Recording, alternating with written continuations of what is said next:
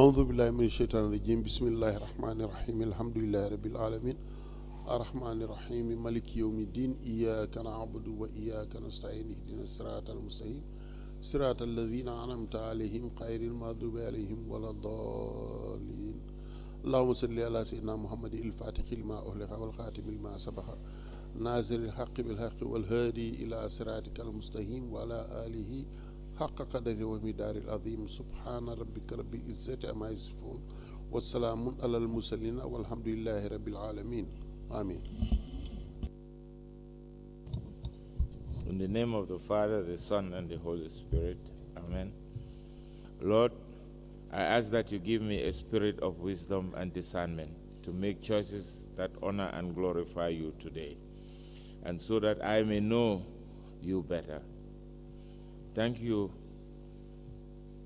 that within your treasures of wisdom and knowledge, and you generously supply me with understanding through your Holy Spirit. Amen. Thank you. Can we have the secretary to call on the witness?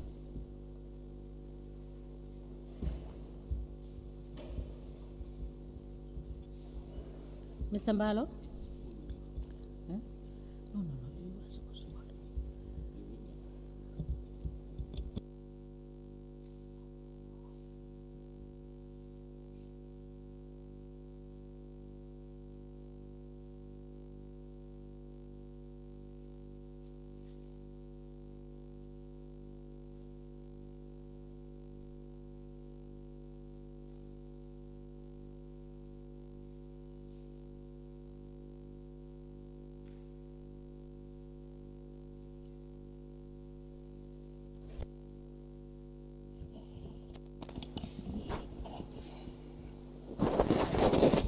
Good morning, Mr. Witness number 1 and 2.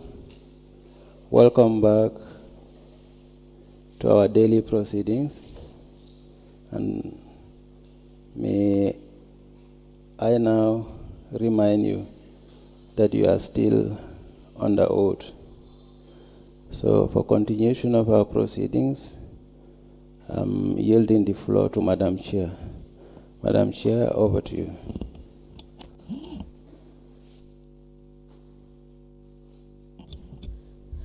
Good morning, Mr. Jete. Good morning, Mr. Sanyang. Welcome back. We will proceed. Council. Thank you very much, Honorable Chairperson. Good morning. Good morning, Honorable Commissioners.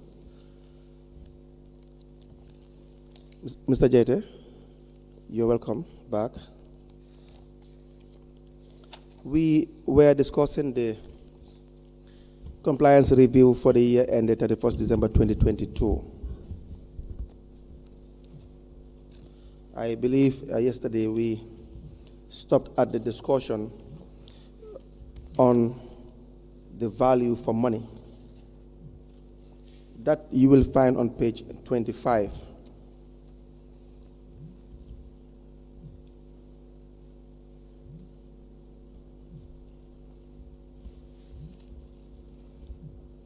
Are you there? Just a minute. Yes, so okay, just go on.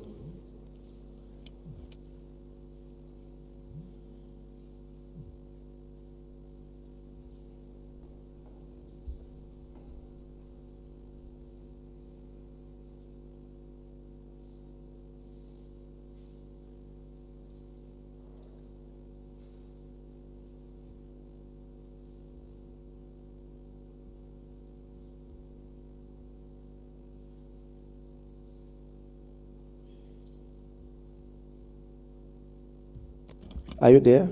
Yes. Good. Now, we are discussing the first finding with respect to market surveys. So I think we agreed that throughout the year 2022, there were no market surveys as per the report in relation to Mansa Congo Area Council. Is that correct? Correct. Yes, and then the second point is that we said the PO does not negotiate to get better offers as recommended by regulations for single source procurement.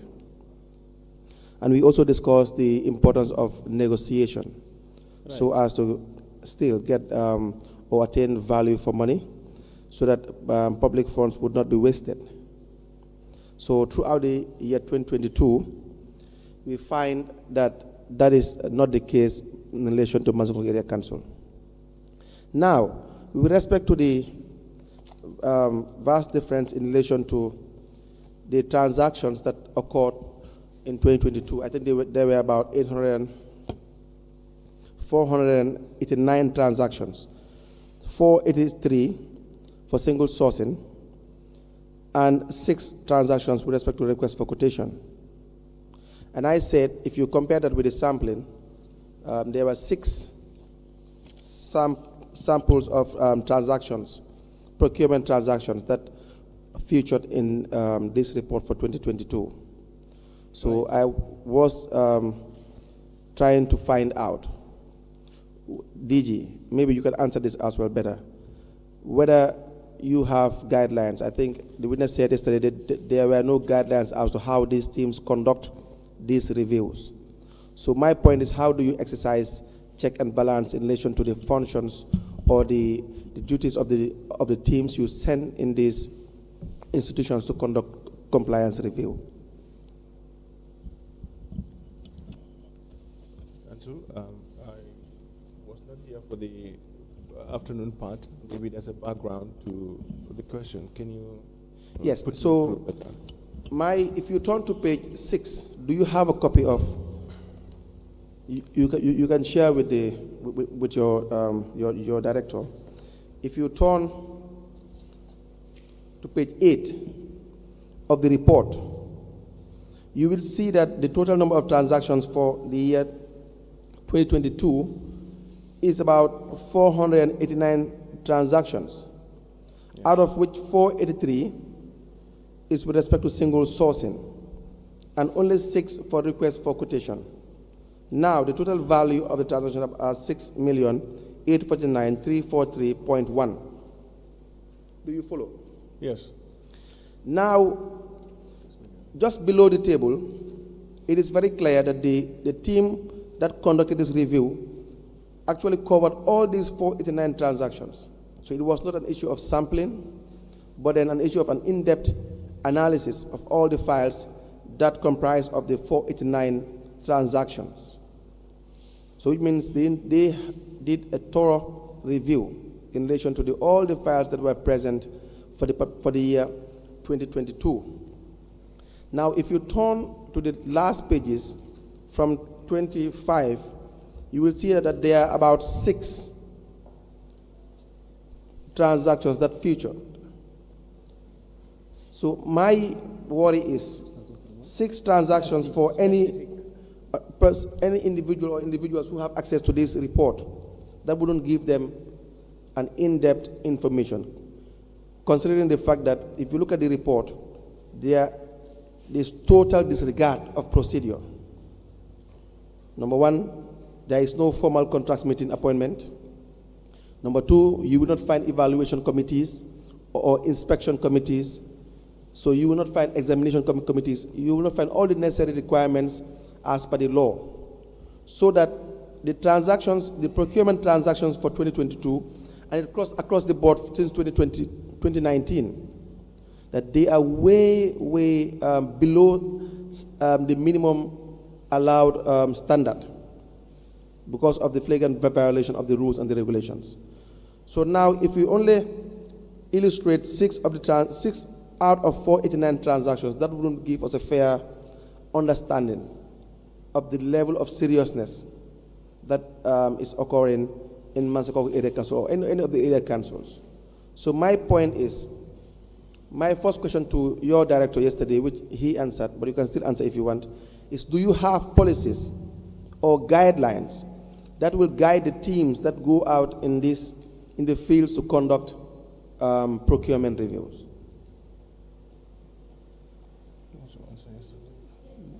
Council, before before Mr. Jete answers the question, if I may get your question, are you referring to the review team not making a fair representation of the sample of transactions they have used to arrive at the conclusion? Absolutely. Is that what you are saying? Yes, Madam Chair, absolutely. Mr. Jete, you can answer.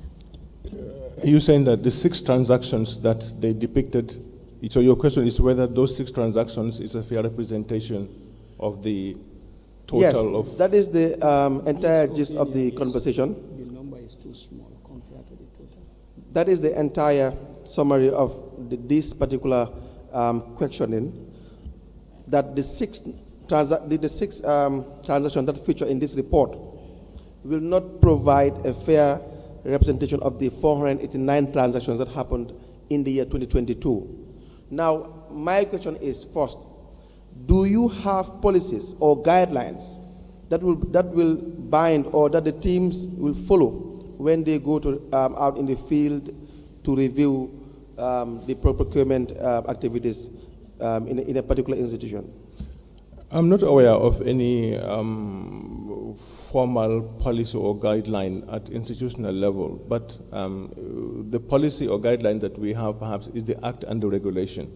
And in these 2 documents, obviously the structures are mentioned. So one of the things when they go to the when they go out in the field to do their compliance audit is to ensure that the basic structures that are mentioned in the Act and the regulation are actually whether they exist or not.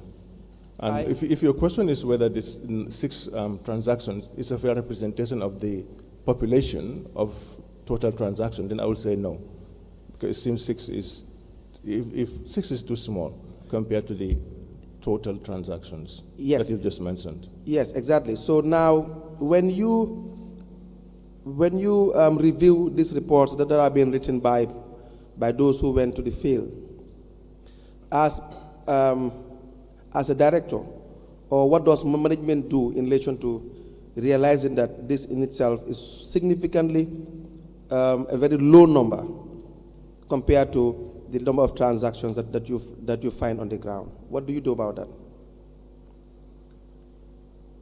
Normally, when these reports are prepared, they are sent to the directors, to the 2 directors to review from the field workers, and then the directors will review the files, and if they are okay with it, then it is forwarded to the DG to do the final review. And I will take my time and go through them, not in that detail, but I will go through. I have a criteria to go through to check for certain things, and then I will give my final comment. So, if a particular team decides to, let's say, play hide and seek, they decide to not make a certain transaction feature in this report, how can that be detected by the management? That would be difficult to detect, especially at my level, if it escapes. Not at your level alone, but all the way through the review in the office. For example, you had the team, they went to Karan Area Council, did their review process, 489 transactions. Mm-hmm. They now write a report, a draft report. They send it to the office for it to be reviewed through whatever process you have, all the way to your office. How do you now detect if there are any fraudulent activities? For example, if the particular team, for whatever reason, decides to not report a particular procurement irregularity, how will you know about it? It will be difficult. The 2 directors are qualified procurement practitioners, and they've been working with us for a long time, so they are quite experienced. So we rely a lot on their experience. But also, we look for the basic things in first, because what I do is, well, you said management, but at my level, what I do is I look at the basic structures, the contracts committee, the SPUs, are all these things in place? And so if these are in place, it gives me a fair idea to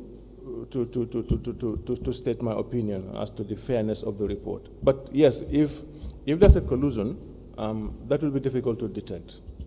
at our level. That is why I asked my whether you have, the teams that you send, whether they have total discretion, or whether there is a form of a remote control in relation to the exercise of their discretion, so that you have internal guidelines in relation to how reviews should be conducted, which you said you don't have.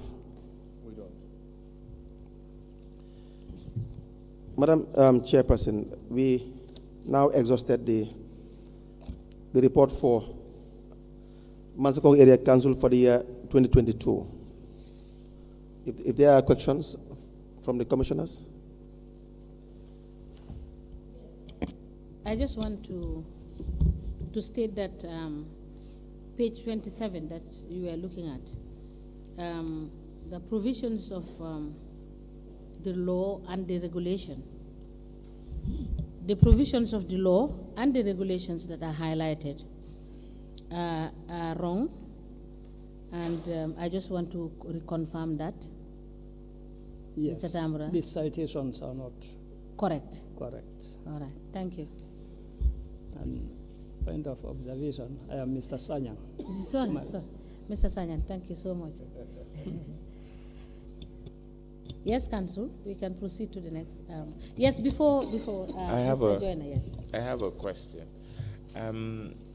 The council has stated the 489 transactions. I just want to know so that I can help the other commissioners.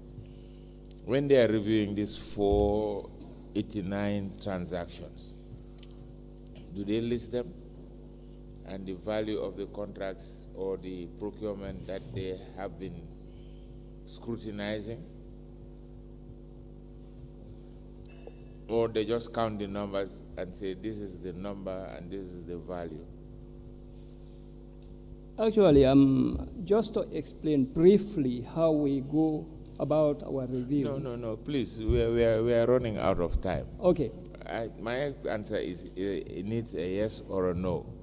We know the procedure. You send them out and they go, they check the files, and I'm saying once they are doing the checking of the files, that will tell them this is single sourcing, this is RFQ. Now, do they put the amounts like one is SS is 1 million, 2 is RFQ is $5 or 5,000. So at the end, you will sample to come to the 6 that they have sampled to do an in-depth review to say this 6 we think has the same shortfalls as the other, so we are just taking this 6. I'm just trying to because exactly. the numbers are it's large. So I'm just thinking it's the sampling. How do you go about the sampling to come up with this 6? Actually, the answer may be, of course, very short, but be more than a yes or a no. The final product that you are seeing here, the report, is the final report. And to generate that final report, you have to have your raw data, the data that is collected from the field. And of course, all the transactions will be mentioned and listed and then added. That is why we arrived at the total number, and we also arrived at the total value of all the transactions. We list them. But like I said earlier, if you look at our report, it's divided into 2. You have the specific findings and you have the general findings. For us, we are more into procurement review, okay? Or compliance review, in other words. Now, when you look at compliance, here we are looking at how they comply with the provisions of the Act. We also mentioned that the audit go into detail to audit the procurement audit. So by the time we deal with all the transactions, we would have, of course, have an idea of how they comply with the Act. In fact, it's been mentioned here that generally the councils are not doing X, Y, and Z. So by the time we finish our general review, we have an idea. But then we also identify some specifically. Single source 102, you have RFT 102 to have specific focus on how, because that we believe may reflect, have also a reflection on how all others are conducted. Yes, we agree, the sampling may be too small, and that is something that we have taken note of. 6 out of 400 and something may be too small, yes, we agree. But we have taken note, and hopefully in the subsequent reviews, we will think of how to increase the sample number. Yes, Mr. Sanyang, what I also want to ask is, in the reports, we have seen that, we've noted that on some of the compliance columns, you do indicate that the forms are attached. But most often, you don't indicate whether what the forms are requiring you to do, whether that was complied with or not. I'm just taking cue from what you said, because you said your role is to review compliance. You know, it's different. There are two things. I can attach a form, you understand, to a request without filling it. I can attach a form filling only one portion and leaving out all the others. I can fail to attach a form. But sometimes you indicate in your report that the form so and so is attached. But you fail to tell us in the report whether these forms that were attached actually were completely filled out or not. Because if they are completely filled out, they are giving you all the requisite information that will take you to the next level, which is compliance. So that is what I want you to explain. Well, I can confirm that we are definitely not perfect.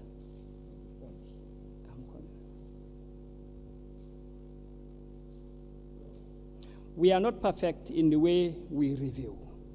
But if you look at our reports, sometimes we will indicate that the procurement was conducted by a single person. How do we determine that? For example, Form 100 may be attached, but the signature of the procurement officer may not be, meaning that either the procurement officer is not aware or is forced to do something. So in cases like that, we'll indicate that there is a form, but certain parts of the form is not completed. But if it is completed, we just mention that the forms are attached without going into, because I don't think we should go into detail to indicate for every, we look at the issues and then write based on the issues that are found. Yes, the reason why I'm asking is because I see the conflict in your compliance and non-compliance issues that you raise. So that is why I asked specifically this question. I now understand, but the fact is that I have given you three scenarios. I can attach a form without filling the form. Yeah. You understand? You are required to say that the form is attached. Yeah. You understand? But I have not indicated any information in the form. Yeah.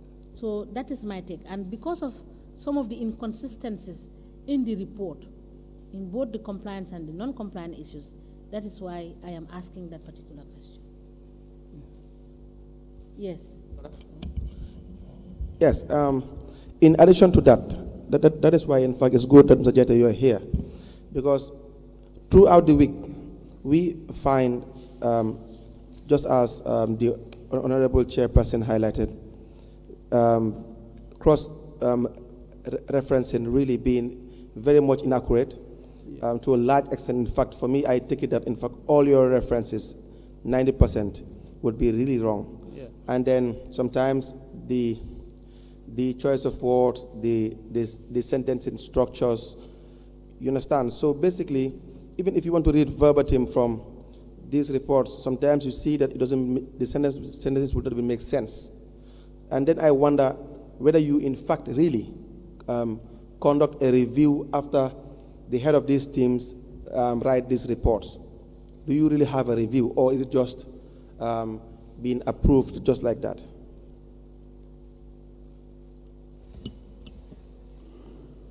I think that's a point. That is the responsibility of the directors at their level. No, make sure that I will really disagree. If you tell me, who is the overall director? I am a director.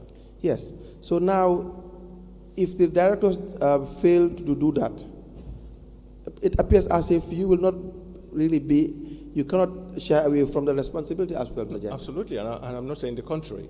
No, when you start by saying it's the responsibility of the directors, then I want to wonder what you mean by that statement. But where do I belong?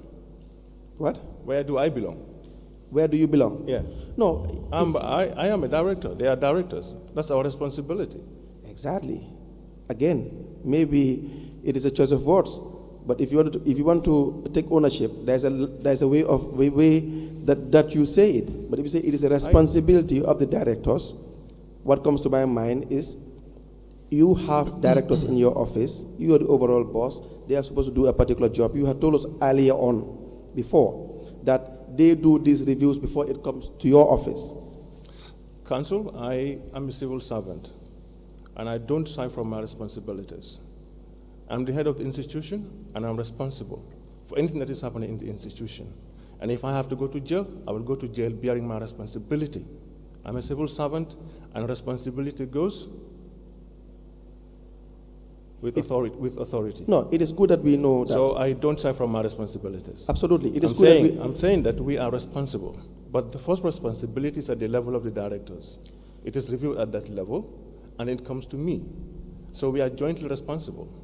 But I'm telling you that at the level of the directors, at that level, this report should be really reviewed thoroughly. Of course, at my level, and we do it. And at my level, I can tell you, most of the time I do lots of grammatic errors, and I do lots of adjustments in the reports, and then send it back to the directors again. I'm sure they also do their job. But of course, we are responsible. Let us understand the structure. You are jumping straight to responsibility, which I haven't really reached at. My point is, we want to understand the structure. There are problems or there are issues that we feel we cannot just brush aside without discussing. And I can guarantee you we will not. And just a mere statement saying that we are responsible will not make us not discuss this issue. We will discuss it. So you better just allow us to discuss the issue so that we understand the structure, we understand the policies you have in place, if there are any, the guidelines. Where we feel we may have an opinion, we will tell you. So that's why it is important for you to be here. Now, my point is... Council, can I say this? Please proceed. Council, I am not... I have not indicated directly or indirectly whether you will discuss any point or not discuss any point. We are here as witnesses to give you the facts as much as we can to the best of our knowledge, and we are under oath. And of course, that's your job, to do whatever you do in line with your responsibility as far as this commission is concerned. So I'm not for a moment suggesting that you should not investigate or should not ask us questions. I think that is misleading.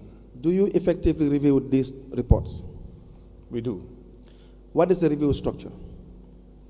The review structure is when the reports are prepared by the team, it is sent to the directors. At their level, they review the reports and then sent to me for final review. How many times have you reviewed these reports? What do you mean by how many times have you reviewed the reports? Individually, how many times have you conducted a review of these compliance review reports? Each report is sent to me. How many times have you done that? You can't recall so many times? I said each report is sent to me, and I review each report. So you have done that for the year 2022? 2022, yes, I did. When did you start your employment as a director? In May 2022. 2022. Yes. So you reviewed the ones for 2022? Yes. Now, before you assumed office, was there any review structure? Was there any guidelines set for the review of these reports? I have just said that guideline, that the only guideline that I'm aware of is that the teams prepare the draft reports, they are submitted to the directors will review it, and it's then submitted to the Director General. And then I do my review, and I'm sure the other Director Generals do the same thing. That is the structure Yes. of the So, reviews. yes. Now, one of the key things is most of these citations with respect to the laws that are being referred to are really entirely wrong. What do you say to that in relation to if this had gone through a very complete and thorough review? Why is that the case? Then we are not doing our job the way we should do it, and we are responsible for that.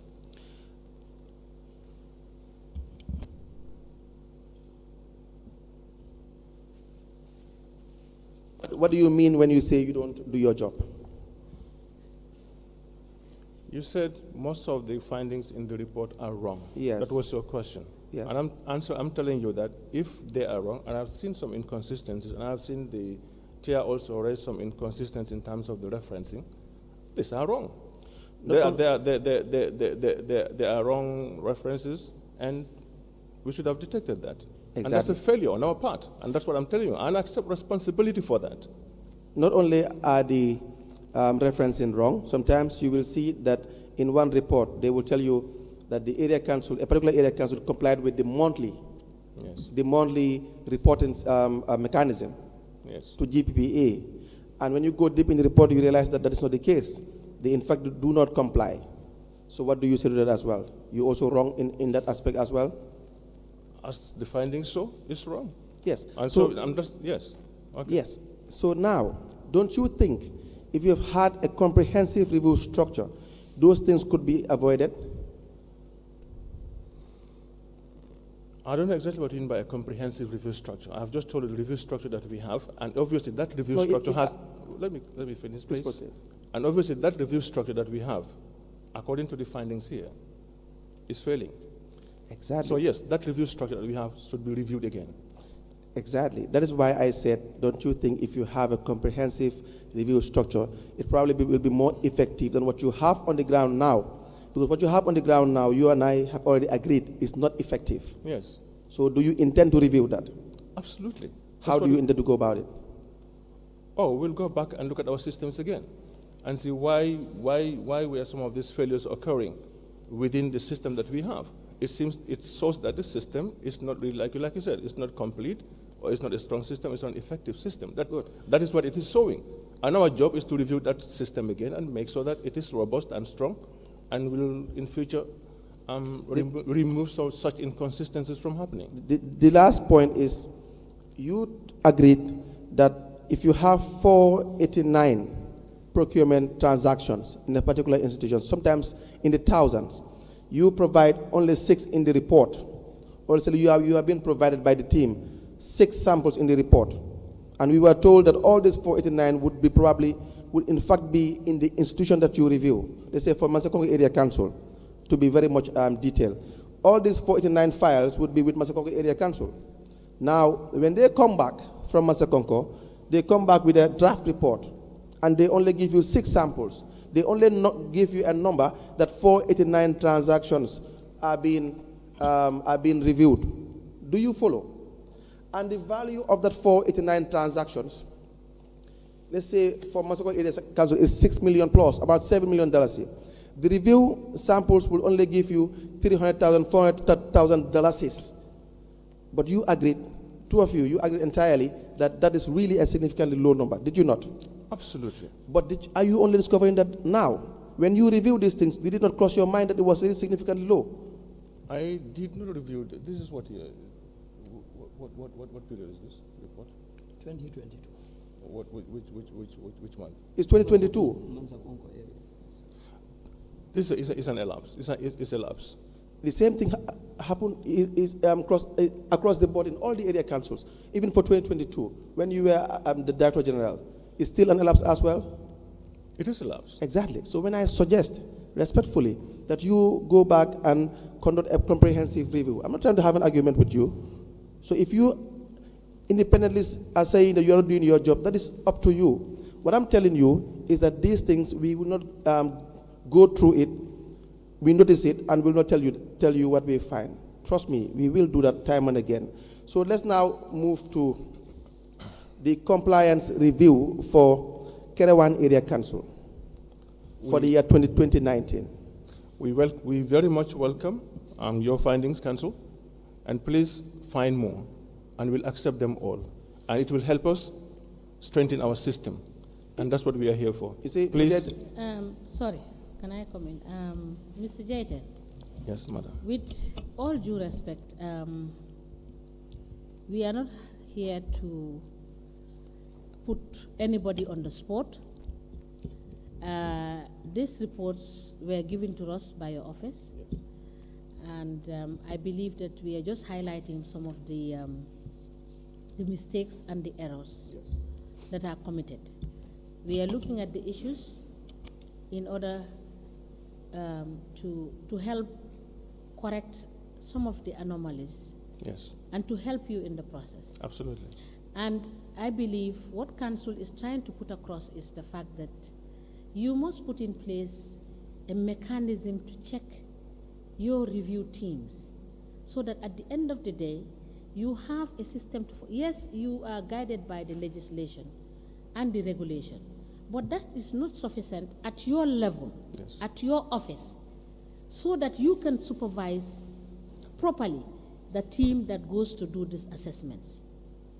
Because if you set up your own criteria and your own format, at least you are sure that they comply with those issues. And you can do that because you are an authority that is supposed to supervise for compliance, not only for this institution, but for the entirety of the government system. So if you have a robust system, it will not only help your authority, but will help the entire system. So it is in that perspective that he is telling you some of the deficiencies and the defects that we noted from the reports. Thank you. Thank you. Thank you, ma'am. Can we proceed? Thank you. Now, you may turn to page 5 of the 2019 compliance review for Karan Area Council. Can you guide the Commission with respect to the names of those at the entry meeting for Karan Area Council?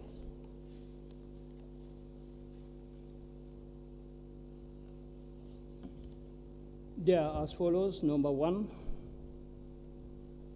CDK Ture, CEO. Ablai Khan, Finance Director.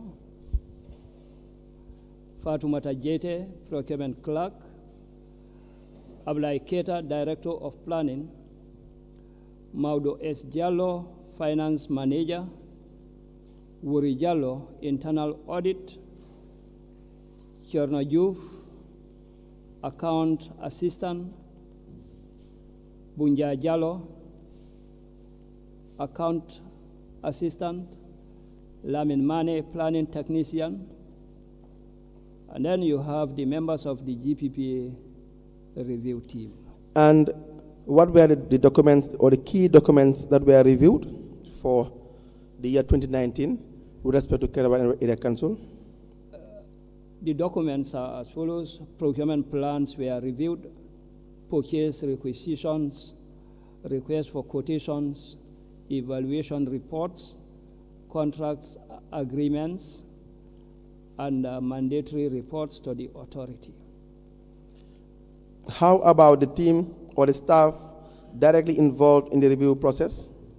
These are CDK Ture, who is the CEO, Fatoumata Jete, who is the procurement clerk, Ablai Khan, who is the finance director, Alassana Keta, director of planning, and Maudo Balde, finance manager. Now, please turn to page 6. With respect to the procurement profile, there is a table that illustrates the number of procurement conducted for the year 2019. Do you see it? Yes. Please guide us through that table. Unlike the other tables, these only show the single sources and the request for quotations. Yes. And they are as follows. About 1,488 single sources, and that is 90.29% of the total transactions, amounting to 4,312. No, 6 million. Sorry, 6,312,258. Yes. Which is 56.72% Of the transactions. of the transactions. How about RFQ? Have 160 RFQs, which is The va- 9.71%, Yes. amounting to 4,817,225, and that is 43.28% of the total. So And the total number the of total number of transactions? transactions, Proceed. 1,648 transactions. The which value? is 11,129,486.08%. Now there are 1,648 transactions. Yes. Okay, before we now get to that, why is this table not showing the number of the other methods of procurement? Because it is only showing single sourcing and request for quotation. Now, like I always say, we in most cases concentrate on what prevails. So if In most Other cases, you pro- only come again, please. we only show what prevails, because if May I just cut you short there? Because if you look at it, it is quite the opposite. In most cases, you show the entire table of the different methods of procurement. We have gone through it the past 2 weeks, and you will see where the number is 0. You will clearly outline that it is 0. I think this is the first I have seen that kind of is showing this format in relation to the table of procurement conducted. Though this is the first time, if my memory serves me right. I think I show one what I Yeah, but it's not much. yeah. So for the most part, they will show you the entire table and the different methods of procurement, and now indicate where there are no transactions. They will indicate clearly that there are no transactions. So going by this table, are we to take it that there are no transactions for open tender international? Is that the case? No transactions for open international, open tender. You have restricted tender, requests for proposals. They are all nil. You are saying that should be the conclusion. Yes. All right? Well, the commissioners will take note. Now, with respect to the number of transactions, there are 1,648 transactions at an amount of $11,129,486, 8 butoots. To start with, point 113 clearly outlines that this is not the preferred method of procurement. Can you get us through that, please? 1.13. Yes. The review covered all the 1,648 transactions, representing the population of transactions provided by the procuring organizations, as indicated above. But then the observation is the total value of procurements that go through non-competitive bidding was 56.72% in 2019, which is not the most preferred procurement method. Yes. Can you explain to us how you arrive at the 56.72%? Now we have a total of 1,648 transactions, and out of that, 160 RFQ was 160. So I'm not very sure, but I think, again, the calculation here may be wrong. But 160, which is the competitive method, because it's RFQ over the total times 100, should give you the total which went through the competitive method. So I did not check the calculation there to verify whether it is correct or not, but that is how it's supposed to be. So are you also telling us, in addition to what you have said, that the RFQ, that is the 160 transactions that were all done competitively? RFQ means you have at least... No, I'm just asking yes, the question, yes. because you have explained what RFQ For is. RFQ is a form of competition. Yeah. There has been some... So they have complied with, you understand, those requirements? Yes, yes, because they at least have collected quotations, and probably the right documentation was also in place. Okay, we'll look through the report and find out whether some of these transactions, they met the requirements, the thresholds that you provide. But I believe that this percentage is wrong. Yes, I believe. Just for clarification, I think in the beginning you stated 1,648 were the total number of transactions that they yes. reviewed. Yes. And the others, and the others were 0. Yes, yes. But now you are telling us you had 160 of RFQ. Yes. But this is this 160 part of the 1,648? The 160 is RFQ, and RFQ is a procurement method. I know, but I'm just asking in terms of numbers. Yes. The data. You said 1,648. Yes. Was the total number of transactions. Transactions, yes. And the council did ask the other forms of procurement. Yes. You said all were 0. Yes. Now I'm saying, now you are coming back to say to me 160 were RFQ. The 1,848 is the RFQ plus the single sources. Plus the single sources. So yes, if you but subtract... excluding the other procurement methods that are not mentioned because they are nil. So you are telling me now I need to subtract 160 from the 1,648.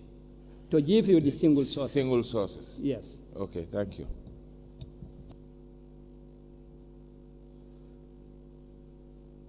Council.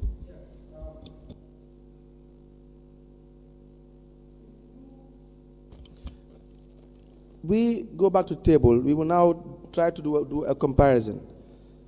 If you add 1,488 and 160, how much will be the total number?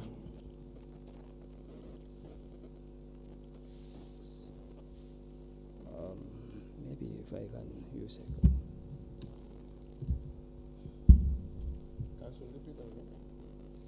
Is this 1,488? 88 plus 160. 488 plus 160. That's 8, 14, 4, 5, 6. It's 1,648. Now turn to page 24.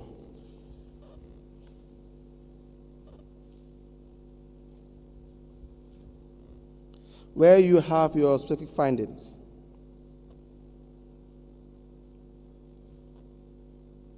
Page 24, yes. Specific findings. How many specific findings are contained in the report? 1, 2,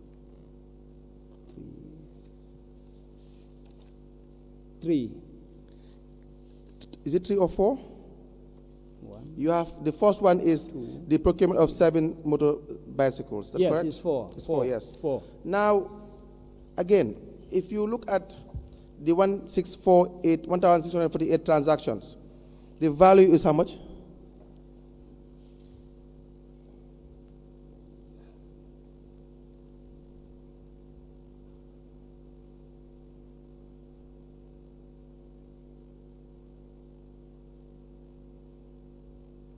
$11,129,000 486.08. I have to be there, sorry. Yes, 11,129,486.08. So if you now compare that with respect to the specific findings, you will see that the first transaction is $250,000. The second transaction is $111,505. The third is $850,000, and the fourth is $45,000. Do you see that? Yes, in the specific findings. Yes. And then you have only one single sourcing method that they showed us. Because the first one for 250 is through RFQ, request for quotation. Do you see it? The second one is the procurement of construction of new dump site. That is also request for quotation. The third one is also through request for quotation. It is only the last one, $45,000, that is through single sourcing. When almost the entire transactions are through single sourcing. Now again, the value of these 4 transactions, if my calculation is right, is about $1,256,505. You compare that to the $11,129,486.08. Mr. Jete, is that a fair comparison? Does that really give you an in-depth information regarding the number of transactions in Caravan for 2019? I'm sorry, Council, come again. I said this comparison, 4 sample cases out of 1,648, if the number is higher than Mansakonko for 2022, and you have 4 transactions being shown. Do you understand that? Even with Mansakonko, it's 6 transactions. The value for the year 2019 for Caravan is 11 million plus. But the value of the transactions that they are showing us in the receipt, in the report, is 1,256,505. Is that a detailed analysis, or does that give you a fair representation of the number of transactions? Council, it does not.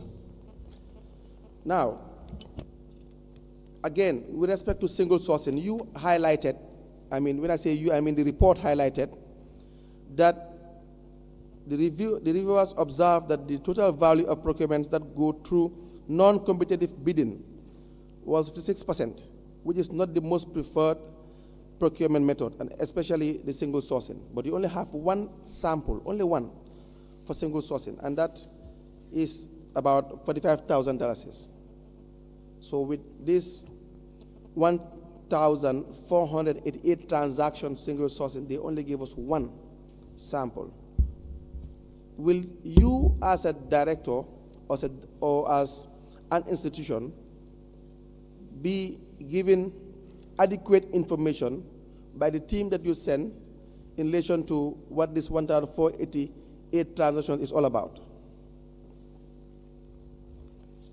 Sujete? Council, it's not acceptable. Let's now turn to page 10 with respect to the findings of the accounting officer. What are the non-compliance issues, Mr. Sayang? The non-compliance issues include: 1, the review team was informed of the establishment of the contracts committee. There is no evidence that the accounting officer appointed the contracts committee members formally and in writing. 2, the chief executive officer did not ensure that the minutes of the evaluation report on procurement deliberations are prepared and filed in each procurement transaction file as required by the Gambia Public Procurement Authority Amendment Act 2018 and its attendance regulation.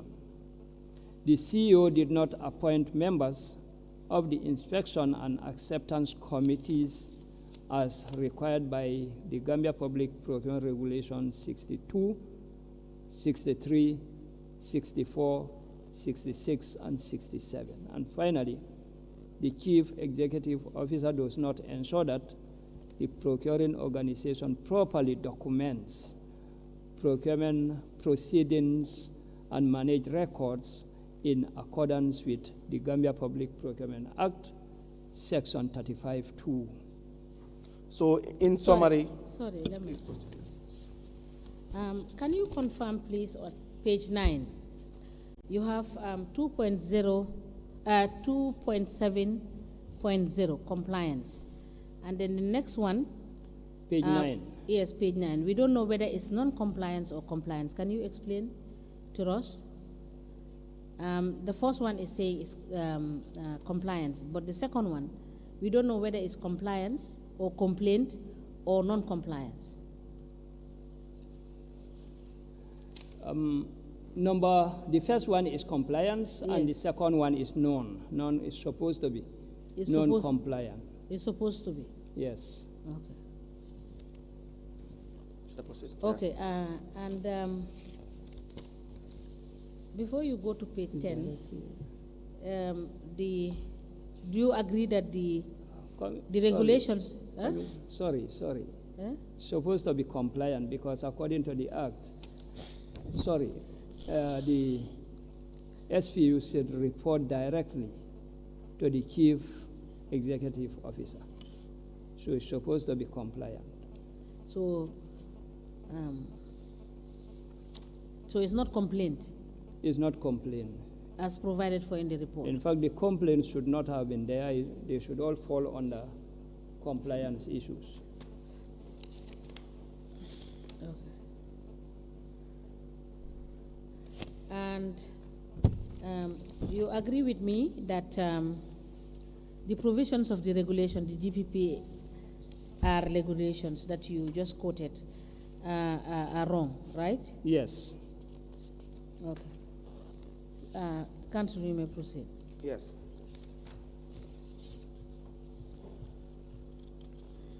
Now, they provided you with an organogram, is it correct? Yes. On page 8.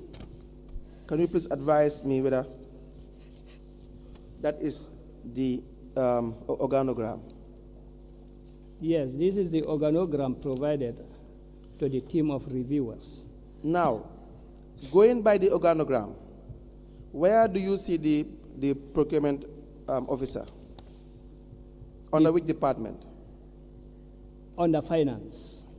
Now go to point 2.6, same page, the findings.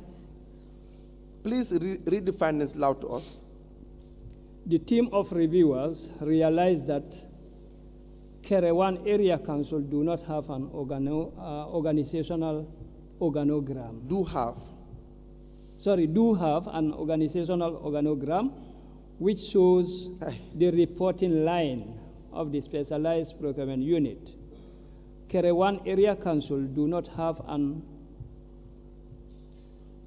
organization structure which the specialized procurement unit is directly under the Director of Finance. You see, do you know why you are struggling to read the sentence? Yes, because it is not, there are some inconsistencies. Not only inconsistencies, but really it is poorly structured, poorly drafted. Mr. Jete, yes. Do you take notice of that? Absolutely. Chair, Council, you are right, spot on.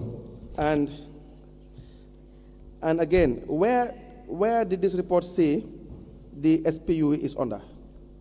Finance. And the chairperson drew your attention on page 9, and it stated that the SPU is under which unit or which department? Yes, it's a contradiction under the Director of Finance. But like I said earlier, the complaints should not be there, and it should have been a non-compliance and indicated that the SPU is under. So on page 9, it is saying that the SPU, that we have observed that the SPU is directly reports to the Chief Executive Officer. That one is wrong. That one is wrong. Yes, if I have to read, going by, okay. Please proceed. Going by the organogram, we've seen that the specialized procurement unit is directly under it reports directly to the Director of Finance. Yes. No, it does not directly report to the Director of Finance. Exactly. Based on the organogram, what we see here is that the procurement officer reports directly to the finance manager, then the finance manager reports to the Director of Finance. Yes. Okay. So it's not as per provided for in the Act. Their organogram is not as per what is provided for in your legislations. Right. Yes. So you have that in the organogram, and then you have the subsequent point saying something a bit different, that is directly under the Director of Finance. And you have on page 9 where it is saying that the SP is directly reports to the Chief Executive Officer. You see, really, the basic errors at some point will be unacceptable for any professional institution. Sajate. I agree with you, Council.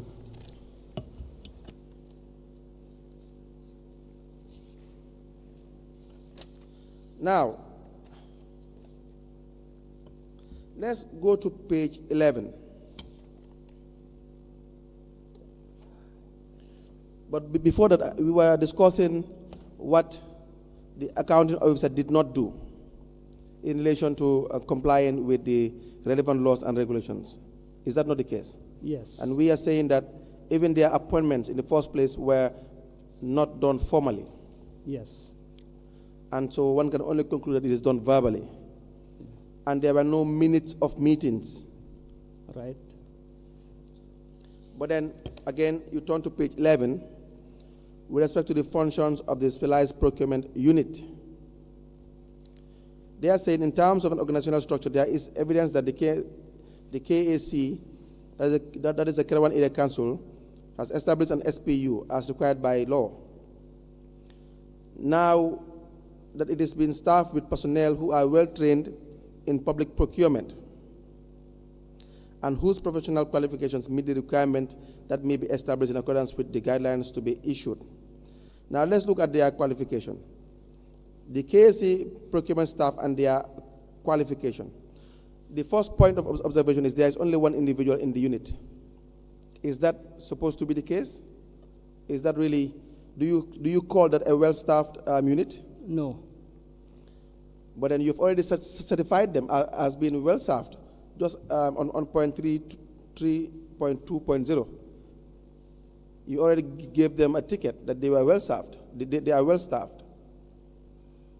And now the table that follows to illustrate the staffing of the unit, you are telling me now it is not well-staffed. Is that not the case, sir? Yes. And let's look at their qualification. The name is Mrs. Fatoumata Jaite. Yes. The title is Procurement Clerk. Who should head a procurement unit? Now, it depends on, in most cases, the kind of the procuring organization, their volume of transactions, and so on. So in some cases, we have institutions that are headed where the procurement unit is headed by a clerk. In some instances, officers, you even have instances where the procurement unit is a directorate and headed by a director. Mr. Sanyang, is this the levels? Are they qualified under the regulations or the Act?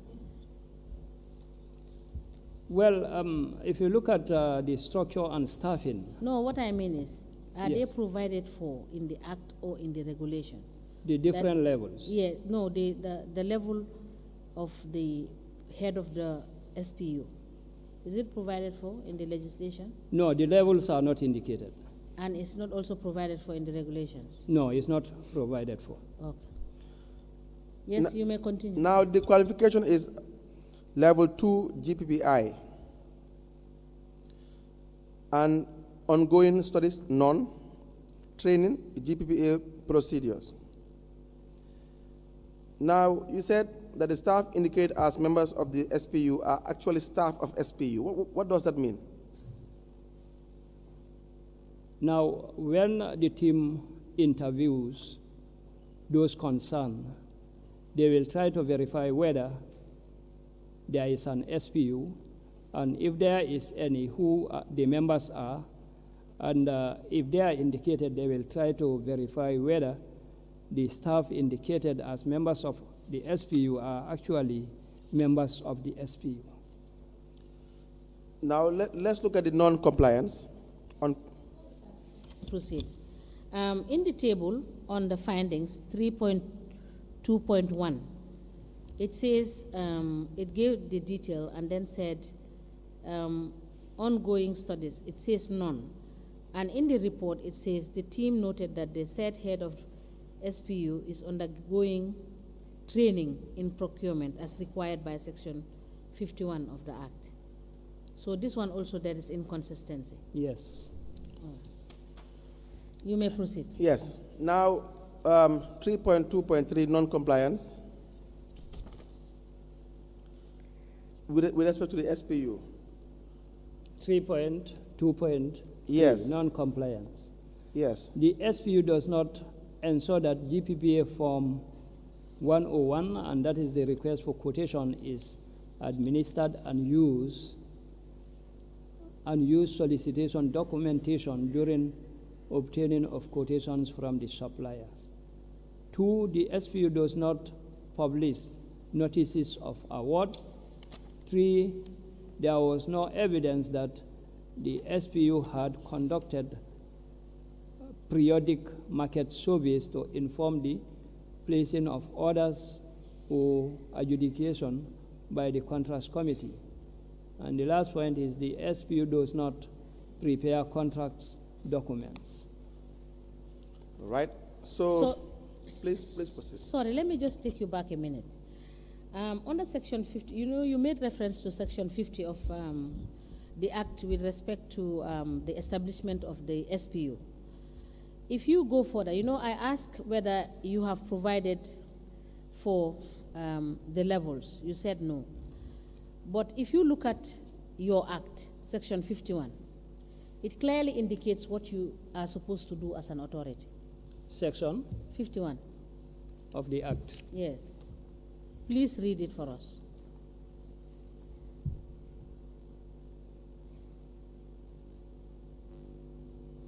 Staffing of the specialized procurement unit. Yes. A specialized procurement unit shall be staffed with personnel who are well trained in public procurement and whose professional qualifications meet the requirements that may be established in accordance with guidelines to be issued by the authority. So the Act is telling you what to do with respect to levels of qualification, etc. Yes, the levels of qualification, but in terms of what the head of a unit should be, whether it's a clerk or an officer or a director, is not indicated. That is what I'm saying. I said the Act has given you the authority to do so. This Act has given you the authority to set the standard and say this is what is supposed to happen. That is what I'm saying. Maybe you did not avert your mind to that.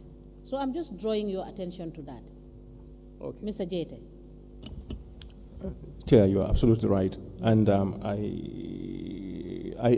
will say I think, because I have to verify this, I think the draft regulation, the 2023 regulation has taken this into account. But you are absolutely right. The Act has given us authority to set the standards, yes. The reason why I'm raising this is because he made explanation. He further explained that in some areas, their procurement unit are even headed by a director, which shows the different levels.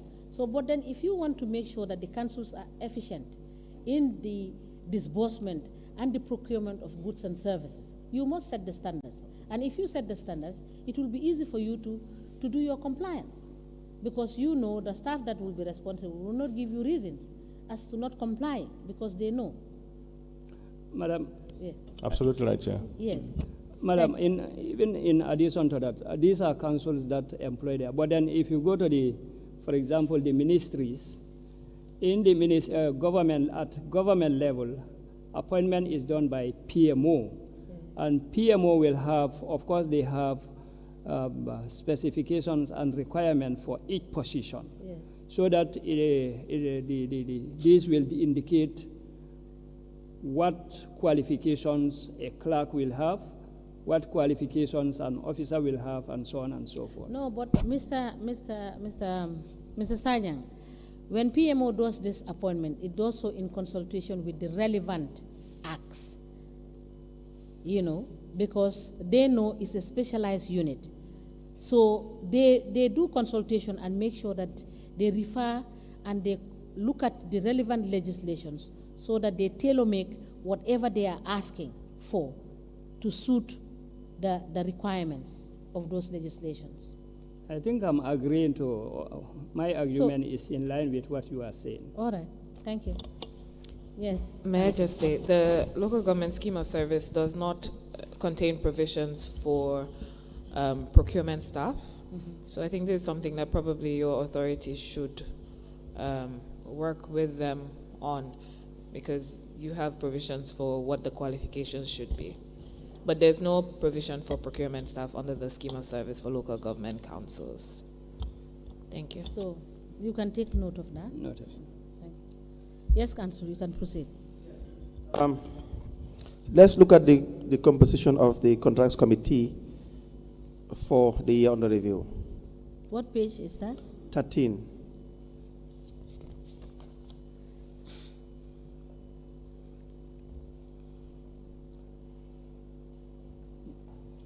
Yes, you have number 1, CDK Ture, who is the CEO, Ablai Khan, who is the financial director, Fatumata Jete, procurement clerk, Alasana Keta, director, Alaji Pane, councilor, Alaji K. Sao, councilor, Alpha Khan, councilor, and member. These are all members.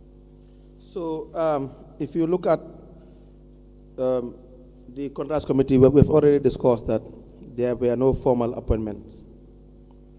So all their functions are being premised on an informal appointment. Again, the non-compliance on same page. The contract committee was not formalized. The contract committee did not ensure GPPA Form 102, which is the purchase order, is signed by the supplier and council. That is contract document. The committee did not ensure that evaluation criteria are included in the solicitation document sent to the potential suppliers for certain procurements, for example, requests for quotations. And the contracts committee did not ensure that the approved threshold by management are adhered to. So first, they don't comply. They don't make sure they comply with Form 102. That is with respect to the purchase order being raised, right? Yes. And mind you, this appears to be a general finding, but it is under the general finding column. Right. Is that not correct? Correct. So that is to say, in all or most of their transactions, they don't abide by Form 102, that is to raise a purchase order. Can you please respond to that? Yes. And the other one is in relation to evaluation criteria. That is also something they don't comply with. Right. And you have the last one, the thresholds whether it is through single sourcing or RFQ, they don't comply with thresholds. Right. Now, if you turn to the next page, you have the implications. Persons can easily avoid responsibility when misprocurement is detected, since no member was formally appointed to carry their responsibility. Yes. To carry out their responsibility, probably should be. Accountability and transparency are not assured. Members can pull head. Can pull what? Supposed to be pull head, I suppose. There's no head there. Yeah. Pull out. Members can pull heads when misprocurement is detected. Now, these two, can you explain to us what you mean by the last 2 points? Now,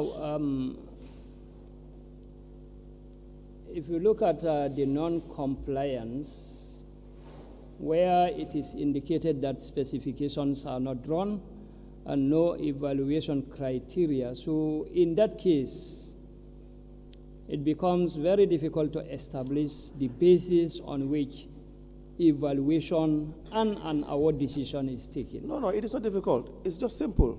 Corruption. We face it. We spoke about this the last time. You have a contracts committee that is informally appointed. Now, you may take that to be perhaps a mere irregularity, but what you have now, even if they were performing their functions, let's assume they were performing their functions in accordance with the laws or relevant laws and regulations. You may say, well, you may try to urge them to make sure that their appointments are formalized. But you have a group of individuals who conduct procurement activities on a daily basis and without regard to rules or regulations or procedures or laws. They don't really care how, whether they should follow a particular form or standard as far as they're concerned. So how can you explain, what is the logical conclusion with respect to that?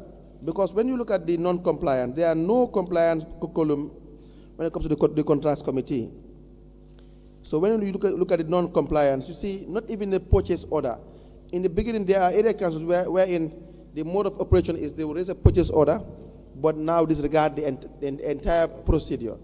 Whether the amount exceeds the amount for single sourcing or RFQ, they don't really care. Whether they have to negotiate, whether they have to fill a certain form, form an evaluation committee or an inspection committee, they don't follow all those procedures. But at least they will raise a purchase order to determine that a particular procurement needs to be done. But for the year under review, in this case, we see that not even the purchase order is being raised. So how do you, in fact, generate funds? How do you withdraw funds from the account? For what purpose? Because I believe the purchase order should be probably one of the basis or the foundation for any procurement. Is that not the case? Right. Please speak through the microphone. Okay. Is that not the case, sir? Right. Yes. So now, that is why I am saying, in my opinion, that these last 2 points, the only logical conclusion is not that there may not be any transparency or accountability. There is, in fact, no transparency. There is, in fact, no accountability. And therefore, not only can the members pull heads when there is misprocurement, but they pull heads to commit on a daily basis fraudulent or corrupt practices. That is the only conclusion you can draw when you have a total disregard of procedure. What will be your response, Mr. Jaite? And so, yeah. My response is there is a serious inconsistency, and there is a serious lapse. Contracts committees, this is it's very fundamental that contracts committees and SPUs are in place. When these are not in place, anything can happen. And so, but I will not say that, I don't know what, I can remember your words now. I will not necessarily use those words, but there are serious inconsistencies. No, these words were being used by your teams in one of the reports that we have discussed. Maybe you were not here. The words that there is a risk of corruption, there is a risk of fraudulent activity, they were in fact used. Am I right, sir? Yes. Exactly. So that is why, that is the basis for me continuously using these words. Because if I now ask you, Mr. Jaite, is there a risk for fraudulent activities in relation to a total disregard of these rules? Does the risk exist? The risk does Will exist. you classify it as a high risk or a low risk? The risk does exist. Will you classify it as a low risk or as a high risk? Let me perhaps, take you back again to what yes. they did not do. On page 13, refer yourself to page 13. You will see that, number one, they are not appointed formally. Number two, they don't raise purchase orders at all. So your director explained to us about what a purchase order is. Can you please re-explain again what a purchase order is and its importance? A purchase order is a document which clearly shows some requirements and, in other words, terms and conditions of a contract that is sent to a supplier to supply goods or services based on the terms and conditions that are being agreed upon between the two parties. So these purchase orders are generally signed by the supplier and the person making the request. Is that not the case? Yes. Exactly. So that when both parties sign these purchase orders, it will now show some sort of a contractual agreement. That, right. Number one, because the purchase order will kind of illustrate the goods to be supplied, probably the nature of the goods, and so on and so forth, to give you a clear understanding as to what you are buying and what you needed, what you are supposed to be supplied with. Now, if they don't have that, and they don't have evaluation criteria, and there are no minutes of approval of these contracts, they don't worry much about the threshold. They can spend $1 million through single sourcing, no approval of whatsoever kind. I am saying that whether the flouting of these rules, all these rules, whether you classify them as high risk or low risk. The way you've just spelled it out, and that's what is in the report, yes, I agree. It's a high risk. Thank you very much. Now, let's look at the functions of evaluation committee on page 14.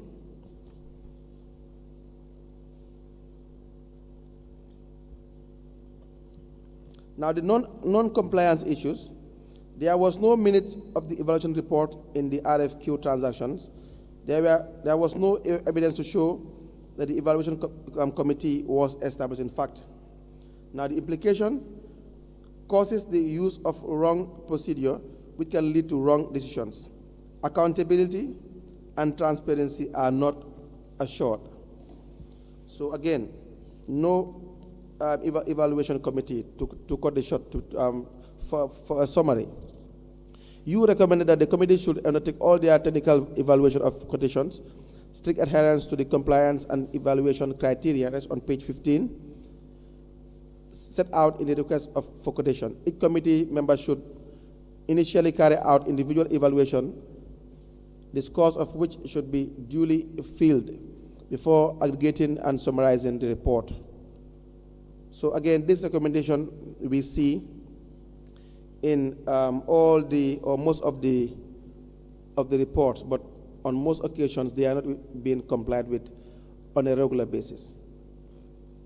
What is the management response? Although there is no evaluation committee, the functions are carried out by the contracts committee. However, it's noted, and the evaluation committee will be established. Now, I don't think the intention of the drafters is to have the contracts committee perform all these functions, doing the inspection, doing the evaluation, and approving the contracts as well. Will that not be conflict of interest? There could be. Now, examination and receipt committee. What is the non-compliance findings? Council, at page 14. Yes. On the findings, 3.4.1, reference is made to certain provisions. We don't know whether it's you are referring to the regulations or you are referring to the Act. Is the Act section 47.3 and 49? It's supposed to be, right? Supposed to be, yes. All right. Thank you, Madam Chair. Yes, so what are the findings in relation to the examination and receipt committee? Karan Area Council has not established the evaluation and receipt committee as required by Gambia Public Procurement Regulations 133, 134, 135, and 136. Summarily, what is the function of the examination and receipt committee? I know we have discussed this time and again, but we are doing this job for the public, so now, just summarize the importance of examination and receipt committees are required to be established so that when goods are being supplied or a contract is executed before accepting. Now, this particular committee will inspect and examine to ensure that what is being supplied is supplied in accordance with the requirements and specifications that were set forth in the solicitation documents to ascertain, for example, quality, quantity, and so on, before they are accepted. So you told us the last time, it was I think yesterday, that inspections and receipt committee is the same as examination committee. Yeah. Yes. Don't you think it would be much prudent to have, or neater, let me say, to probably use one terminology as opposed to using them interchangeably? Right, noted. Now. Yes, sorry. You made reference to section 133, which is, I believe, is some of these provisions are wrong. Right? Yes, yes. Okay. Thank you. Good. Now, the implications. So if you do not have an examination and receipt committee, you are saying you cannot be guaranteed of whether what is being supplied is in fact what was being ordered or purchased. Yes. That is to say, whether you have value for money, whether the goods are fit for the purpose. Right. Or in fact to the extreme, whether the item said to be purchased or the goods said to be purchased were in fact being delivered. Right. Now, on page 16, you have the functions of the disposal committee.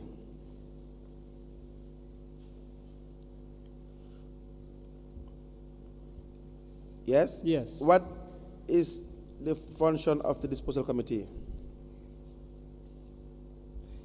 It is a requirement under the Gambia Public Procurement Amendment Act 2018 to establish a disposal committee to carry out disposal of obsolete materials in line with section 58 to 63 of the Gambia Public Procurement Act 2018 amendment. It is required in the GPPA Amendment Act that to establish a disposal committee to carry out disposal of, that's a repetition anyway. Yes. So that's the functions of the one, it is mandatory or is required. So and where you don't have a disposal committee, what are the implications? Now, if there is no disposal committee, it means that the procedures and processes in disposing assets or obsolete assets may not be conducted in line with what the law provides for. Please give us an example of where a particular asset may be disposed and how it should be done. Now, first of all, the law requires that a subcommittee should be established for that purpose. When it is established, now the subject, the item being disposed should be examined to ascertain the value. And when the value is established, then it is expected to follow like other procurement methods. There is a procedure to follow as required by the Act. There are a lot of provisions. One, of course, the contracts committee or the management may decide to sell it or auction it using different methods. It may decide to allow the user of that item to be. So there are a lot of things that must be followed. And the responsibility should be given to that committee that we have just mentioned to ensure that those procedures are followed. So if a particular institution decides to dispose of a vehicle, that probably the value would have been, let's say, $2 million. And there is no disposal committee. You cannot guarantee whether, in fact, number one, they have attained its value in the process. Exactly. Or even whether the vehicle is really disposed of accordingly. Maybe it has gone to an individual's use. For example, they decide to just use it personally without even disposing of the vehicle, because you don't have the committee to spearhead the process of disposal. In the first place, it must even be established that it is due for disposal, that it has already past its useful lifespan. Now, on page 17. Is that all? Is that just for obsolete? Because I don't think that is my understanding of what the law is saying.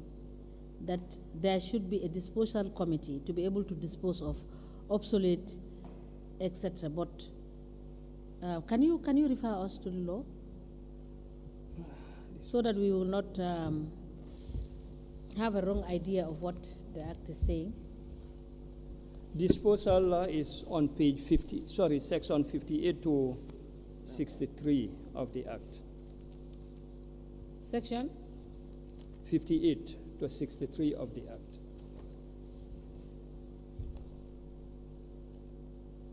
Section 58, disposal of obsolete and surplus items. Yeah. The reason why I'm asking you to expatiate is for people, because this is an act that is dealing with government institution. So that somebody sitting down and listening will say, the committee that should be set up has to deal with only obsolete issues. It has to deal with obsolete and surplus items. So I just wanted that to be clear. Yes, it's correct. Yeah. Right. Thank you. Thank you very much. Now, on page 17, record keeping of the procurement activities.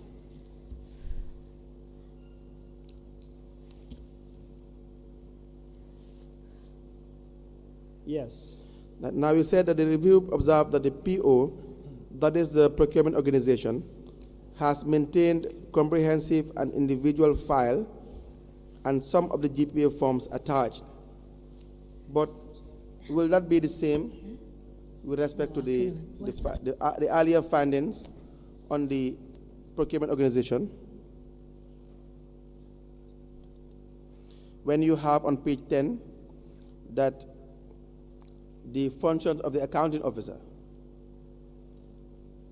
when you have that the CEO does not ensure that the procurement organization properly documents procurement proceedings and manage records in accordance with GPPA. regulation. Will that be? I think it's a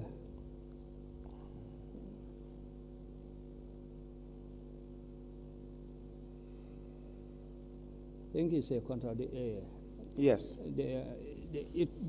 These 2 points contradict. Totally, in fact. Yeah. So, the non-compliance as well, there was no evaluation report attached in the transaction file. The GPA Form 101, 102 missed in the request for quotation transactions. I don't know what that means. Can you tell us what that means? That's the non-compliance. Yes, the second point. GPPA Form 101 and 102 missed in request for quotation transaction.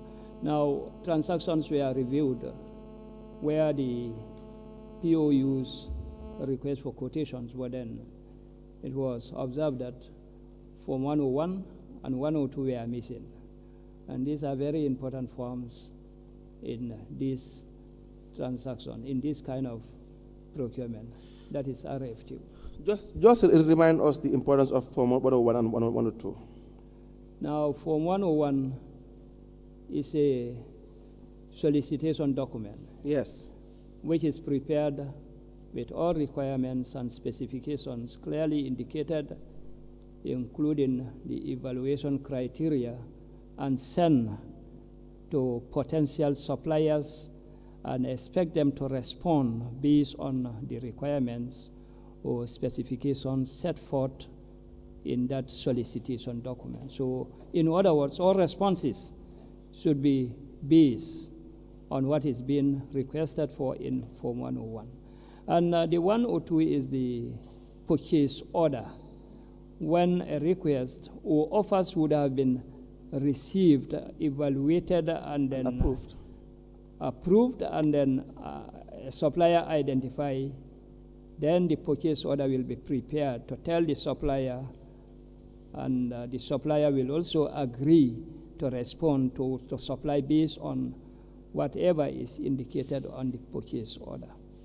So Form 102 would have been would kind of really represent what is in Form 101 in relation to the solicitation order. Yes. So it will serve more like a contract agreement between the supplier and the PO. Right. Now, the implication is the proper assessment of procurement record is a challenge. When a survey outlines that in a particular institution it is a challenge to access proper records, what does that mean? How serious is that? In the first place, what may that suggest is like certain documentations will be requested and then they will not be provided. Like I said the last time, procurement is a process, and at each of the stages, documents are required to be prepared and then until the procurement is completed. So you have a set of documents that are expected to be in a file. And in our reviews, we will request for these transactions. So if in a transaction, for example, the documentation is not correct, or is a challenge when or certain documents are requested and they cannot be provided, so that becomes a challenge anyways, becomes a challenge. If documents are requested and they are not being provided, it becomes a challenge. If documents are requested and a file is provided and there are missing files, it becomes a challenge. Now, in the non-compliance column, you have interestingly observed that most contracts are awarded to non-registered suppliers with the GPPA. That's the non-compliant on page 18. Page 18. 18. It reads, it was observed that most of the contracts are awarded to non-registered suppliers with the Gambia Public Procurement Act, you have a table below which illustrates some of the suppliers that are not registered with GPPA. Yes. Yes. Now, my question is first, number one, when you have most suppliers not registered with GPPA, out of 1,000 plus contracts being awarded, and then it has been discovered that most of that number did not register with GPPA.